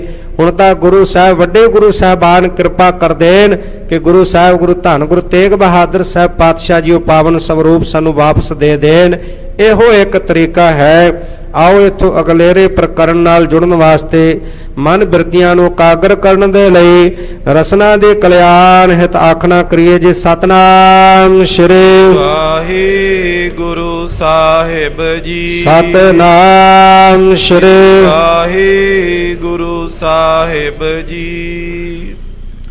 ਚੌਪਈ ਔਰ ਹੋਤ ਤੇ ਪ੍ਰਥਮ ਸਿਧਾਵੋ। ਕਹਿਣ ਲੱਗਾ ਕਿ ਹੁਣ ਮੈਂ ਇੱਥੇ ਰੁਕ ਨਹੀਂ ਸਕਦਾ। ਹੁਣ ਜੇ ਮੈਂ ਇਸ ਉਡੀਕ ਵਿੱਚ ਰਹਾਂ ਕਿ ਆਦਿ ਸ੍ਰੀ ਗੁਰੂ ਗ੍ਰੰਥ ਸਾਹਿਬ ਜੀ ਦੇ ਪਾਵਨ ਸਰੂਪ ਮੈਨੂੰ ਉਹ ਆਪੇ ਦੇ ਦੇਣਗੇ ਤੇ ਮੈਂ ਇੱਥੇ ਬੈਠਾ ਰਹਾਂ। ਹੁਣ ਇੱਥੇ ਮੈਂ ਸਮਾਂ ਬਹੁਤਾ ਸਮਾਂ ਰੁਕ ਨਹੀਂ ਸਕਦਾ। ਮੇਰੀ ਇੱਜ਼ਤ ਚਲੀ ਗਈ, ਮੇਰੇ ਤੇ ਸਾਰੇ ਹੱਸਣਗੇ, ਬੜਾ ਵੱਡਾ ਮੇਰੇ ਤੋਂ ਕੋਰ ਵੱਡਾ ਪਾਪ ਹੋਇਆ। ਇਸ ਕਰਕੇ ਹੁਣ ਸਵੇਰ ਹੁੰਦੇ ਸਾਰੀ ਮੈਂ ਇੱਥੋਂ ਜਿਹੜਾ ਕਰਤਾਰਪੁਰ ਨਗਰ ਨੂੰ ਚੱਲ ਪਵਾਂਗਾ। ਸ਼੍ਰੀ ਕਰਤਾਰਪੁਰੇ ਮੈਂ ਜਾਵਾਂ। ਹੁਣ ਮੈਂ ਆਪਣੇ ਨਗਰ ਕਰਤਾਰਪੁਰ ਵਿੱਚ ਜਾ ਕਰਕੇ ਉੱਥੇ ਹੀ ਵਸਾਂਗਾ। ਸ਼੍ਰੀ ਗੁਰੂ ਨਾਨਕ ਆਦਮਾਨੇ। ਧੰਨ ਸਾਹਿਬ ਸ਼੍ਰੀ ਗੁਰੂ ਨਾਨਕ ਸਾਹਿਬ ਪਾਤਸ਼ਾਹ ਜੀ ਆਦਿ ਜਿਹੜੇ ਵੱਡੇ ਗੁਰੂ ਸਹਿਬਾਨ ਹੋਏ ਹਨ। ਸ਼੍ਰੀ ਹਰਿ ਰਾਏ ਤੀਕ ਜਗ ਜਮਾਨੇ। ਧੰਨ ਸ਼੍ਰੀ ਗੁਰੂ ਹਰਿ ਰਾਏ ਸਾਹਿਬ ਪਾਤਸ਼ਾਹ ਜੀ ਦੇ ਤੱਕ ਜਿਨ੍ਹਾਂ ਨੂੰ ਸਾਰਾ ਜਗਤ ਮਹਾਨ ਕਰਕੇ ਮੰਨਦਾ ਜਾਣਦਾ ਹੈ, ਝੁਕਦਾ ਹੈ। ਸਭ ਹਿਨ ਕੇ ਮੈਂ ਚਰਨ ਮਨਾਵੋ। ਮੈਂ ਉਹ ਸਾਰੇ ਜਿਹੜੇ ਵੱਡੇ ਗੁਰੂ ਸਾਹਿਬਾਨ ਹੋਏ ਨੇ ਉਹਨਾਂ ਸਾਰਿਆਂ ਨੂੰ ਆਪਣੇ ਹਿਰਦੇ ਦੇ ਵਿੱਚ ਮਨਾਵਾਂਗਾ, ਪੂਜਾਂਗਾ, ਉਹਨਾਂ ਦਾ ਧਿਆਨ ਹਿਰਦੇ ਵਿੱਚ ਧਾਰਨ ਕਰਾਂਗਾ। ਬਹੁ ਪੰਚਾਮ੍ਰਿਤ ਕਰ ਵਰਤਾਵੋ। ਬਹੁਤ ਸਾਰੇ ਕੜਾਹ ਪ੍ਰਸ਼ਾਦ ਦੀ ਦੇਗ ਤਿਆਰ ਕਰਵਾ ਕਰਕੇ ਉਹਨਾਂ ਨੂੰ ਗੁਰੂ ਸਾਹਿਬਾਨ ਦਾ ਹਿਰਦੇ ਵਿੱਚ ਧਿਆਨ ਧਰ ਕੇ ਬੇਨਤੀ ਕਰਾਂਗਾ। ਕੜਾਹ ਪ੍ਰਸ਼ਾਦ ਦੀ ਦੇਗ ਤਿਆਰ ਕਰਵਾ ਕੇ ਸਾਰਿਆਂ ਦੇ ਵਿੱਚ ਵਰਤਾਵਾਂਗਾ। ਸ਼੍ਰੀ ਗੁਰੂ ਤੇਗ ਬਹਾਦਰ ਹਿਰਦੇ। ਇਹ ਬੇਨਤੀ ਕਰਾਂਗਾ ਸਤਿਗੁਰੂ ਸਾਹਿਬਾਨ ਕਿਰਪਾ ਕਰ ਦੇਣ, ਉਹ ਧੰਨ ਗੁਰੂ ਤੇਗ ਬਹਾਦਰ ਸਾਹਿਬ ਪਾਤਸ਼ਾਹ ਜੀ ਦੇ ਹਿਰਦੇ ਦੇ ਵਿੱਚ ਵਸ ਜਾਣ। ਬਸ ਕਰ ਬੁੱਧ ਫੇਰੇ ਜਦ ਕਦੇ। ਤੇ ਉਹ ਕਦੇ ਨਾ ਕਦੇ ਤਾਂ ਕਿਰਪਾ ਕਰਕੇ ਉਹਨਾਂ ਦੇ ਹਿਰਦੇ ਦੇ ਵਿੱਚ ਵਸ ਕੇ ਉਹਨਾਂ ਦੀ ਬੁੱਧੀ ਨੂੰ ਪਲਟਾ ਦੇਣ, ਫੇਰ ਦੇਣ, ਉਹਨਾਂ ਦੇ ਮਨ ਅੰਦਰ ਦਇਆ ਆ ਜਾਏ। ਦੇਹ ਗ੍ਰੰਥ ਸਾਹਿਬ ਬਿਨ ਜਾਚੇ। ਬਿਨਾਂ ਮੰਗਿਆ ਉਹ ਮੈਨੂੰ ਆਦਿ ਸ੍ਰੀ ਗੁਰੂ ਗ੍ਰੰਥ ਸਾਹਿਬ ਪਾਤਸ਼ਾਹ ਜੀ ਦੇ ਜਿਹੜੇ ਸਵਰੂਪ ਨੇ ਉਹ ਆਪੇ ਦੇ ਦੇਣ, ਮੈਨੂੰ ਮੰਗਣ ਦੀ ਲੋੜ ਨਾ ਪਵੇ। ਬਿਨਾਂ ਜਾਚਨਾ ਕੀਤਿਆਂ, ਬਿਨਾਂ ਬੇਨਤੀ ਕੀਤਿਆਂ ਉਹ ਮੈਨੂੰ ਆਪ ਹੀ ਆਦਿ ਸ੍ਰੀ ਗ੍ਰੰਥ ਸਾਹਿਬ ਜੀ ਦੇ ਦੇਣ। ਪੁਰੇ ਕਾਮ ਇਹ ਸਤਿਗੁਰ ਸਾਚੇ। ਤੇ ਇਸ ਪ੍ਰਕਾਰ ਦੇ ਨਾਲ ਜਿਹੜਾ ਮੇਰਾ ਕੰਮ ਹੈ ਸੱਚੇ ਸਤਿਗੁਰੂ ਜੀ ਵੱਡੇ ਗੁਰੂ ਸਾਹਿਬਾਨ ਨੇ ਪੂਰਾ ਕਰ ਦੇਣ। ਸ਼ਰਨ ਬਡਨ ਕੀ ਬਿਨਾ ਜਿਆਨ। ਗੁਰੂ ਸਾਹਿਬ ਜੀ ਦੀ ਸ਼ਰਨ ਦੇ ਵਿੱਚ ਆਉਣ ਤੋਂ ਬਿਨਾ ਨੈ ਉਪਾਏ ਕੋ ਨਿਸ਼ਚੈ ਜਾਨ। ਕੋਈ ਹੋਰ ਉਪਾਅ ਬਣ ਨਹੀਂ ਆਉਂਦਾ ਹੈ। ਮੈਂ ਨਿਸ਼ਚਾ ਕਰਕੇ ਵੇਖ ਲਿਆ ਕਿ ਜੇ ਮੈਂ ਚਾਹਾਂ ਕੋਈ ਹੋਰ ਯਤਨ ਕਰ ਲਵਾਂ, ਲੜ ਕੇ ਮੈਂ ਉਹਨਾਂ ਨਾਲ ਪੂਰਾ ਨਹੀਂ ਆ ਸਕਦਾ, ਉਹਨਾਂ ਤੋਂ ਮੰਗ ਵੀ ਨਹੀਂ ਸਕਦਾ, ਕਿਉਂਕਿ ਬੜਾ ਖੋਟਾ ਕੰਮ ਕੀਤਾ, ਪਾਪ ਮੇਰੇ ਕੋਲ ਹੋਇਆ ਤੇ ਮੈਂ ਹੁਣ ਕਿਹੜਾ ਮੂੰਹ ਲੈ ਕੇ ਮੰਗਾ, ਲੜਾਈ ਕਰਕੇ ਵੀ ਨਹੀਂ ਪੂਰਾ ਹੁੰਦਾ। ਇਸ ਕਰਕੇ ਮੈਂ ਮਨ ਵਿੱਚ ਇਹ ਵਿਚਾਰਿਆ ਹੈ ਕਿ ਵੱਡੇ ਗੁਰੂ ਸਾਹਿਬਾਨ ਜੀ ਦੀ ਸ਼ਰਨ ਵਿੱਚ ਆਵਾਂ, ਉਹਨਾਂ ਦਾ ਧਿਆਨ ਹਿਰਦੇ ਵਿੱਚ ਧਾਰਨ ਕਰਾਂ ਤੇ ਮੇਰਾ ਇਹ ਕੰਮ ਪੂਰਾ ਹੋ ਜਾਏ। ਹੋਰ ਕੋਈ ਉਪਾਅ ਜਿਹੜਾ ਉਹ ਕੰਮ ਨਹੀਂ ਆਉਂਦਾ। ਸੋ ਮੈਂ ਸ਼ਰਨ ਸਬਨ ਕੀ ਆਹੋ। ਤੇ ਇਸ ਕਰਕੇ ਮੈਂ ਸਾਰੇ ਗੁਰੂ ਸਾਹਿਬਾਨ ਜੀ ਦੀ ਸ਼ਰਨ ਦੇ ਵਿੱਚ ਰਹਾਂਗਾ। ਤਿਨ ਤੇ ਪੂਰਨ ਕਾਮਨਾ ਚਾਉ। ਉਹਨਾਂ ਦੇ ਕੋਲੋਂ ਆਪਣੀ ਕਾਮਨਾ ਪੂਰੀ ਕਰਨੀ ਚਾਹਾਂਗਾ। ਜਤਨ ਹੋਤੋ ਏ ਸੋ ਕਰ ਦੀਨ। ਹੁਣ ਇਹੀ ਯਤਨ ਬਣ ਆਉਂਦਾ ਜਿਹੜਾ ਮੈਂ ਕਰ ਲਿਆ, ਮਨ ਅੰਦਰ ਇਹ ਸੰਕਲਪ ਬਣਾਇਆ, ਮਨ ਅੰਦਰ ਇਹ ਸੋਚਿਆ ਵਿਚਾਰਿਆ, ਇਹ ਹੁਣ ਇਹੋ ਹੀ ਕੇਵਲ ਇੱਕ ਯਤਨ ਬਾਕੀ ਹੈ। ਹੋਰ ਕੋਈ ਯਤਨ ਕਿਸੇ ਕੰਮ ਨਹੀਂ ਆਉਣ ਵਾਲਾ, ਸਿਰਫ ਇਹੋ ਇੱਕ ਕੇਵਲ ਯਤਨ ਹੈ। ਅਪਰ ਉਪਾਇਨ ਤੇ ਮੈਂ ਹੀਨ। ਬਾਕੀ ਜਿੰਨੇ ਵੀ ਉਪਾਅ ਨੇ ਉਹਨਾਂ ਤੋਂ ਮੈਂ ਹੀਨ ਹਾਂ, ਉਹ ਮੇਰੇ ਕਿਸੇ ਕੰਮ ਨਹੀਂ ਆਉਣ ਵਾਲੇ। ਹੋਰ ਕੋਈ ਉਪਾਅ ਮੈਂ ਕਰ ਹੀ ਨਹੀਂ ਸਕਦਾ, ਨਾ ਮੈਂ ਲੜ ਸਕਦਾ, ਨਾ ਮੈਂ ਮੰਗ ਸਕਦਾ। ਹੋਰ ਕੋਈ ਉਪਾਅ ਜਿਹੜਾ ਉਹ ਮੇਰੇ ਕਿਸੇ ਕੰਮ ਦਾ ਨਹੀਂ। ਪਛਤਾਪ ਕਰਤ ਬਹੁ ਭਾਰੀ। ਵਾਰ-ਵਾਰ ਇਸ ਪ੍ਰਕਾਰ ਦੇ ਨਾਲ ਧੀਰ ਮਲ ਮਨ ਦੇ ਅੰਦਰ ਬਹੁਤ ਵੱਡਾ ਪਛਤਾਪ ਕਰਦਾ ਹੈ। ਸੋਚਤ ਸੰਕਟ ਪ੍ਰਾਪਤ ਭਾਰੀ। ਹੁਣ ਸੋਚਦਾ ਕਿ ਵੱਡਾ ਸੰਕਟ ਮੈਨੂੰ ਪ੍ਰਾਪਤ ਹੋਇਆ, ਵੱਡਾ ਇਹ ਕਸ਼ਟ ਜਿਹੜਾ ਦੁੱਖ ਮੈਨੂੰ ਆਣ ਬਣਿਆ ਹੈ। ਇਮ ਬਿਰਲਾਪਤ ਬਹੁਤ ਬਿਸੂਰਤ, ਇਉਂ ਵਿਰਲਾਪ ਕਰਦਾ ਝੂਰਦਾ ਧੀਰ ਮਲ, ਸੋਚਦਾ ਕਿ ਹੁਣ ਮੈਂ ਵੱਡਾ ਐਸਾ ਖੋਟਾ ਕੰਮ ਕਰ ਬੈਠਾ, ਆਜ ਸ੍ਰੀ ਗ੍ਰੰਥ ਜੀ ਦੇ ਪਾਵਨ ਸਵਰੂਪ ਮੇਰੇ ਕੁਲ ਸਨੋਂ ਚਲੇ ਗਏ। ਹੁਣ ਇਸ ਪ੍ਰਕਾਰ ਦੇ ਨਾਲ ਝੂਰਦਾ ਪਛਤਾਉਂਦਾ ਹੈ। ਅਚਲ ਰਹਿਤ ਜਨ ਚਿਤਰੀ ਮੂਰਤ, ਹੁਣ ਇਉਂ ਬੈਠਾ ਹੈ ਜਿਵੇਂ ਚਿੱਤਰਕਾਰ ਮੂਰਤ ਨੂੰ ਚਿੱਤਰ ਦਾ ਨਾ ਮੂਰਤ ਬਣਾਉਂਦਾ ਹੈ, ਤੇ ਉਹ ਮੂਰਤੀ ਜਿਹੜੀ ਚਿੱਤਰੀ ਹੋਈ ਮੂਰਤੀ ਹੈ ਉਹ ਹਿੱਲ ਨਹੀਂ ਸਕਦੀ, ਕਿਉਂਕਿ ਉਹਦੇ ਵਿੱਚ ਕਿਹੜੀ ਜਾਨ ਹੈ। ਉਹ ਜਿਵੇਂ ਬਣੀ ਹੈ ਇੱਕ ਜਗ੍ਹਾ ਤੇ ਉਸੇ ਤਰ੍ਹਾਂ ਬਣੀ ਹੋਈ ਹੈ, ਹਿੱਲ ਨਹੀਂ ਸਕਦੀ। ਕਹਿੰਦੇ ਉਸੇ ਤਰ੍ਹਾਂ ਮਾਨੋ ਧੀਰ ਮਲ ਦੀ ਹਾਲਤ ਬਣੀ ਹੈ, ਇਹ ਵੀ ਅਹਿਲ ਬੈਠਾ ਹੈ, ਹਿੱਲ ਨਹੀਂ ਰਿਹਾ। ਇਹਦੇ ਸਰੀਰ ਦੇ ਵਿੱਚ ਮਾਨੋ ਕੋਈ ਕਿਸੇ ਤਰ੍ਹਾਂ ਦੀ ਵੀ ਹਿਲਜੁਲ ਨਹੀਂ ਰਹੀ। ਜਾਗਰਤ ਬੀਤ ਗਈ ਸਭ ਰੈਨ, ਜਾਗਦਿਆਂ ਇਹਨੇ ਸਾਰੀ ਰਾਤ ਬਤੀਤ ਕਰ ਦਿੱਤੀ, ਇਹਨਾਂ ਸੋਚਾਂ ਦੇ ਵਿੱਚ ਡੁੱਬਿਆ ਹੋਇਆ, ਬੜਾ ਚਿੰਤਾ ਇਹ ਨਾਲ ਹਿਰਦਾ ਭਰਿਆ, ਸੋਚਾਂ ਦੇ ਵਿੱਚ ਪਏ ਹੋਏ ਦੀ ਸਾਰੀ ਰਾਤ ਜਿਹੜੀ ਇਹ ਜਾਗਦਿਆਂ ਲੰਘ ਗਏ। ਪੌੜ ਨਹੀਂ ਤਬ ਮੁੰਦੇ ਨੈਣ, ਹੁਣ ਭਾਵੇਂ ਕਿ ਪਲੰਘ ਤੇ ਲੇਟਿਆ ਆਰਾਮ ਕਰਨ ਵਾਸਤੇ, ਪਰ ਇਹਦੀਆਂ ਅੱਖਾਂ ਬੰਦ ਨਹੀਂ ਹੋ ਰਹੀਆਂ, ਅੱਖਾਂ ਵਿੱਚ ਨੀਂਦ ਨਹੀਂ ਆ ਰਹੀ। ਸੋਚਾਂ ਵਿੱਚ ਡੁੱਬਿਆ ਮਨੁੱਖ ਜਦੋਂ ਡੂੰਘੀ ਸੋਚ ਵਿੱਚ ਡੁੱਬ ਜਾਂਦਾ, ਚਿੰਤਾ ਦੇ ਵਿੱਚ ਘਿਰਿਆ ਹੋਵੇ ਮਨੁੱਖ, ਤੇ ਫਿਰ ਨੀਂਦ ਵੀ ਨਹੀਂ ਆਉਂਦੀ। ਹੁਣ ਇਹੀ ਹਾਲਤ ਧੀਰਮਲ ਦੀ ਬਣੀ ਹੈ। ਹੁਣ ਅੱਖਾਂ ਭਾਵੇਂ ਯਤਨ ਵੀ ਕਰੇ ਬੰਦ ਕਰਨ ਦੇ, ਪਰ ਸੋਚਾਂ ਵਿੱਚ ਡੁੱਬੇ ਦੀਆਂ ਅੱਖਾਂ ਵੀ ਬੰਦ ਨਹੀਂ ਹੁੰਦੀਆਂ, ਨੀਂਦ ਨਹੀਂ ਆਉਂਦੀ। ਚਿੰਤਾ ਸਲਤਾ ਮਨ ਅਰਬਿੰਦ, ਹੁਣ ਜਿਹੜਾ ਇਹਦਾ ਮਨ ਰੂਪੀ ਕਮਲ ਹੈ ਚਿੰਤਾ ਰੂਪੀ ਨਦੀ ਦੇ ਵਿੱਚ ਬਇਓ ਫਿਰਤ ਦੁਖ ਮਾਨ ਬਿਲੰਦ, ਵੱਡੇ ਦੁੱਖ ਨੂੰ ਮਨ ਕਰਕੇ ਮਾਨੋ ਰੁੜ ਰਿਹਾ। ਮਨ ਰੂਪੀ ਕਮਲ ਚਿੰਤਾ ਰੂਪੀ ਨਦੀ ਦੇ ਵਿੱਚ ਮਾਨੋ ਵੱਡਾ ਦੁੱਖ ਪਾ ਕੇ ਰੁੜ ਰਿਹਾ ਹੈ। ਚਤਰ ਕਟੀ ਰਾਤੀ ਜਬ ਰਹੀ, 4 ਘੜੀਆਂ ਜਦੋਂ ਰਾਤ ਬਤੀਤ ਹੋ ਗਈ, ਧੀਰ ਮਲ ਨਿਜ ਜਨ ਸੋ ਕਈ, ਤੇ ਹੁਣ ਧੀਰ ਮਲ ਨੇ ਵੇਖਿਆ ਕਿ ਸਾਰੀ ਰਾਤ ਲੰਘ ਗਈ ਹੈ, ਨੀਂਦ ਨਹੀਂ ਆਈ, ਤੇ ਹੁਣ ਇਹ ਜਾਣ ਕਰਕੇ ਆਪਣੇ ਸੇਵਕ ਨੂੰ ਨੇ ਹੁਕਮ ਦਿੱਤਾ, ਕਹਿਣ ਲੱਗਾ ਆਨੋ ਅਬੇ ਜੋ ਬਾਹਨ ਮੇਰਾ, ਕਹਿਣ ਲੱਗਾ ਜਿਸ ਵਾਹਨ ਤੇ ਮੈਂ ਸਵਾਰ ਹੋਣਾ ਉਹ ਮੇਰਾ ਵਾਹਨ ਤਿਆਰ ਕਰਕੇ ਲਿਆਂਦਾ ਜਾਵੇ। ਪਰੋਂ ਪੰਥ ਨੈ ਕੀਜੇ ਦੇਰਾ, ਕਹਿਣ ਲੱਗਾ ਹੁਣੇ ਕਰਤਾਰਪੁਰ ਨਗਰ ਵੱਲ ਨੂੰ ਚਾਲਾ ਪਾ ਦਈਏ, ਚੱਲਣ ਵਿੱਚ ਦੇਰੀ ਨਾ ਕਰੋ, ਛੇਤੀ ਦੇ ਨਾਲ ਕਰਤਾਰਪੁਰ ਵੱਲ ਨੂੰ ਚੱਲਣਾ ਕਰੀਏ, ਦਿਨ ਦਾ ਚੜ੍ਹਾਅ ਹੋਣ ਤੋਂ ਪਹਿਲਾਂ ਇੱਥੋਂ ਨਿਕਲ ਜਾਈਏ। ਆਪਣੀ ਵਸਤ ਅਖਿਲ ਸੰਭਾਰੀ, ਆਪਣੀਆਂ ਜਿੰਨੀਆਂ ਵੀ ਵਸਤੂਆਂ ਹਨ ਉਹ ਸਾਰੀਆਂ ਇਹਨਾਂ ਨੇ ਸੰਭਾਲ ਲਈਆਂ ਹਨ।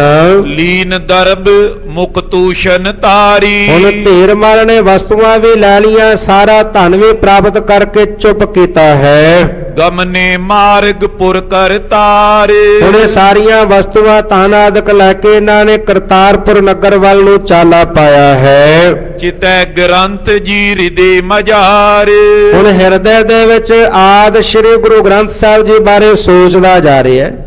ਮਨ ਇਸੇ ਸੋਚਾਂ ਦੇ ਵਿੱਚ ਡੁੱਬਿਆ ਪਿਆ, ਇਸੇ ਗੱਲ ਨੂੰ ਲੈ ਕੇ ਚਿੰਤਾ ਬਣੀ ਹੈ, ਇਹ ਸੋਚਦਾ ਹੋਇਆ ਧੀਰਮਲ ਜਾ ਰਿਹਾ ਹੈ। ਭਲੀ ਵਡਾਈ ਪਾਵਨ ਆਏ, ਕਹਿਣ ਲੱਗਾ ਚੰਗਾ ਬੜੀ ਚੰਗੀ ਵਡਿਆਈ ਲੈਣ ਵਾਸਤੇ ਆਇਆ ਮੈਂ ਬਾਬੇ ਬਕਾਲੇ ਦੀ ਧਰਤੀ ਤੇ। ਮੈਂ ਤੇ ਸੋਚਿਆ ਸੀ ਉੱਤੇ ਮੇਰਾ ਪ੍ਰਤਾਪ ਵਧੇਗਾ, ਬੜੀ ਵਡਿਆਈ ਮੈਨੂੰ ਮਿਲੇਗੀ, ਮੇਰੀ ਵਡਿਆਈ ਵਿੱਚ ਵਾਧਾ ਹੋਵੇਗਾ, ਮੈਨੂੰ ਆ ਕੇ ਸਾਰੇ ਪੂਜਣਗੇ।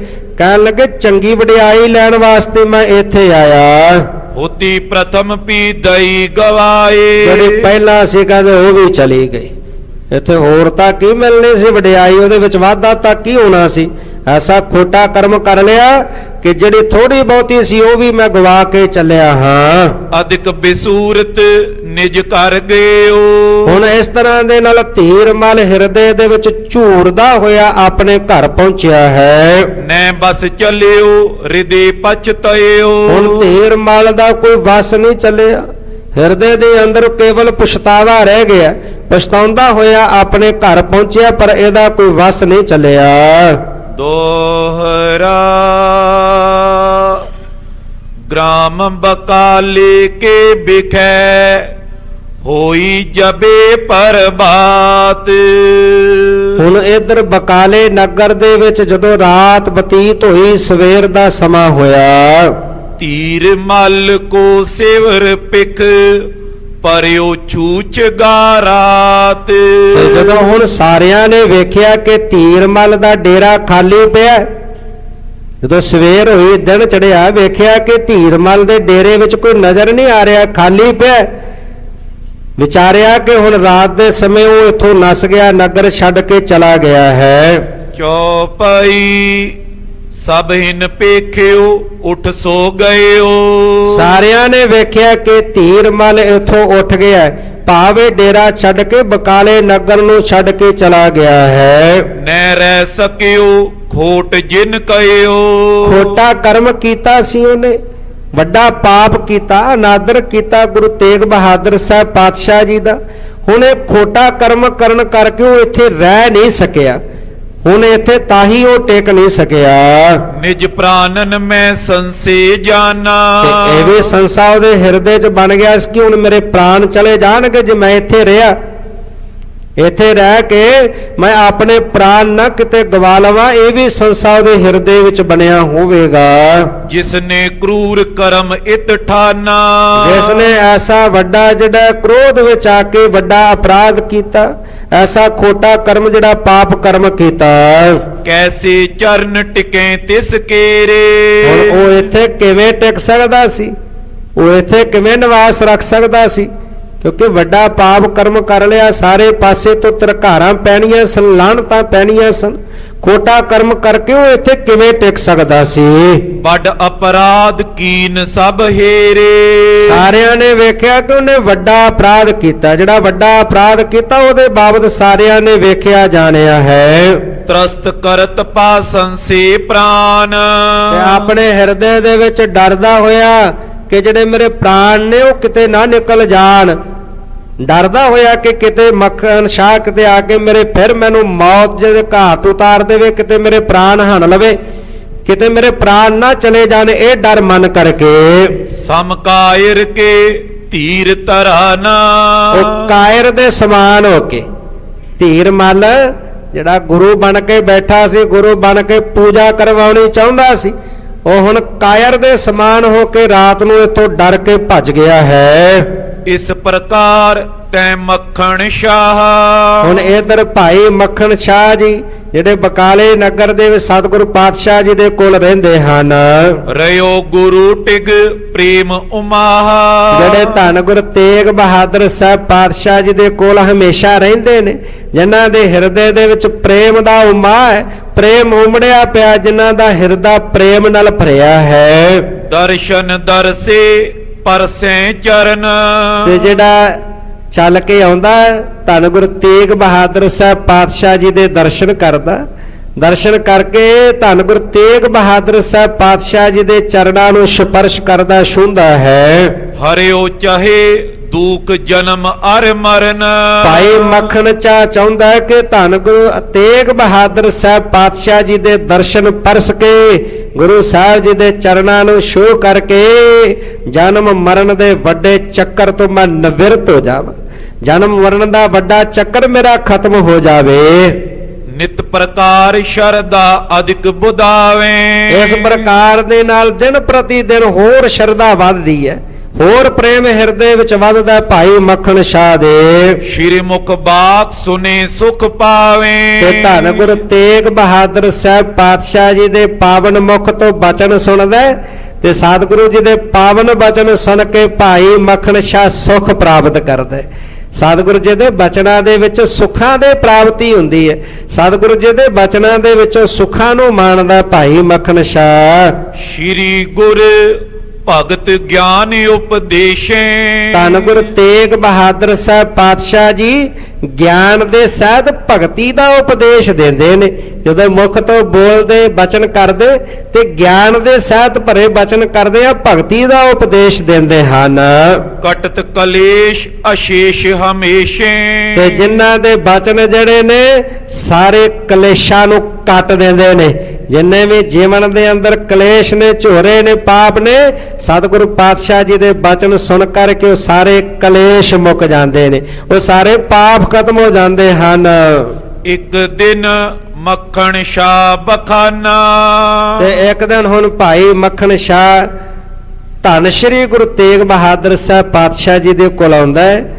ਦਰਸ਼ਨ ਕਰਕੇ ਸਤਿਗੁਰੂ ਪਾਤਸ਼ਾਹ ਜੀ ਨੂੰ ਸ਼੍ਰੀ ਅੰਮ੍ਰਿਤਸਰ ਸਾਹਿਬ ਪਾਵਨ ਅਸਥਾਨ ਦੇ ਦਰਸ਼ਨ ਕਰਨ ਦੀ ਬੇਨਤੀ ਕਰਦਾ ਹੈ।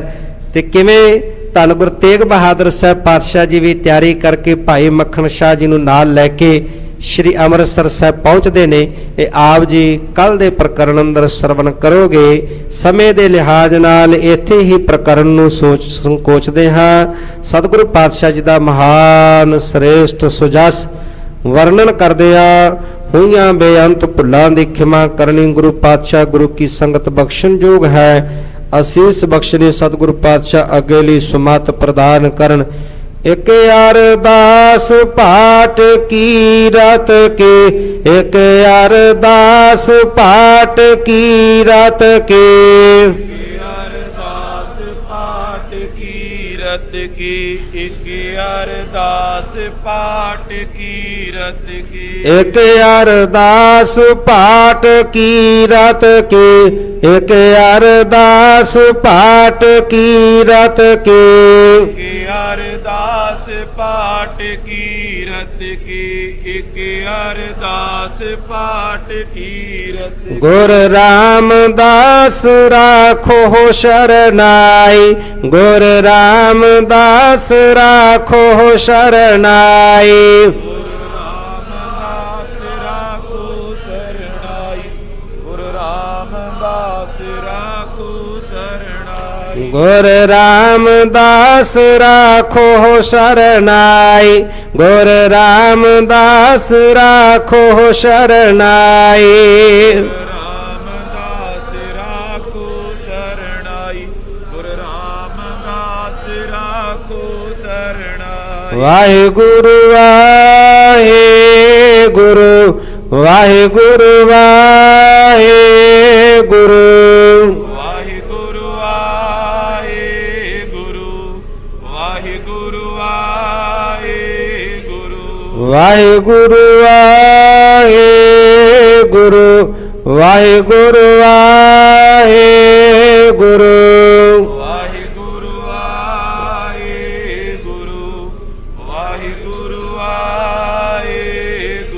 ਵਾਹਿਗੁਰੂ, ਵਾਹਿਗੁਰੂ ਵਾਹਿਗੁਰੂ, ਵਾਹਿਗੁਰੂ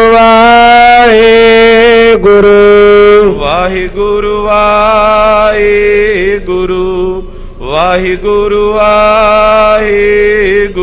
ਏ ਅਚੁਤ ਹੈ ਪਾਰ ਬ੍ਰਹਮ, ਅਬਨਾਸੀ ਅਗਨਾਸ, ਏ ਪੂਰਨ ਹੈ ਸਰਬ ਮੈਂ, ਦੁਖ ਭੰਜਨ ਗੁਣ ਤਾਸ, ਏ ਸੰਗ ਹੈ ਨਿਰੰਕਾਰ, ਏ ਨਿਰਗੁਣ ਸਭ ਟੇਕ, ਏ ਗੋਬਿੰਦ ਹੈ ਗੁਣ ਨਿਧਾਨ, ਜਾ ਕੇ ਸਦਾ ਬਬੇਕ, ਏ ਅਪਰੰਪਰ ਹਰ ਹਰੇ, ਐ ਪੀਓ ਅਣਹਾਰੇ, ਏ ਸੰਤ ਕਾ ਸਦਾ ਸੰਗ, ਏ ਧਾਰਾ ਆਧਾਰ, ਏ ਠਾਕੁਰ ਹਉ ਦਾਸਰ, ਐ ਨਿਰਗੁਣ ਗੁਣ ਨਹੀਂ ਕੋਏ, ਨਾਨਕ ਦੀਜੈ ਨਾਮ ਦਾਨ, ਰਾਖੋ ਹੀ ਐ ਪਰੋਏ, ਆਏ ਪ੍ਰਭ ਸ਼ਰਨਾਗਤੀ, ਕਿਰਪਾ ਨਿਧ ਦਿਆਲ, ਏਕ ਅੱਖਰ ਹਰ ਮਨ ਬਸਤ, ਨਾਨਕ ਹੋਤੇ ਨਿਆਲ, ਵਾਹਿਗੁਰੂ ਨਾਮ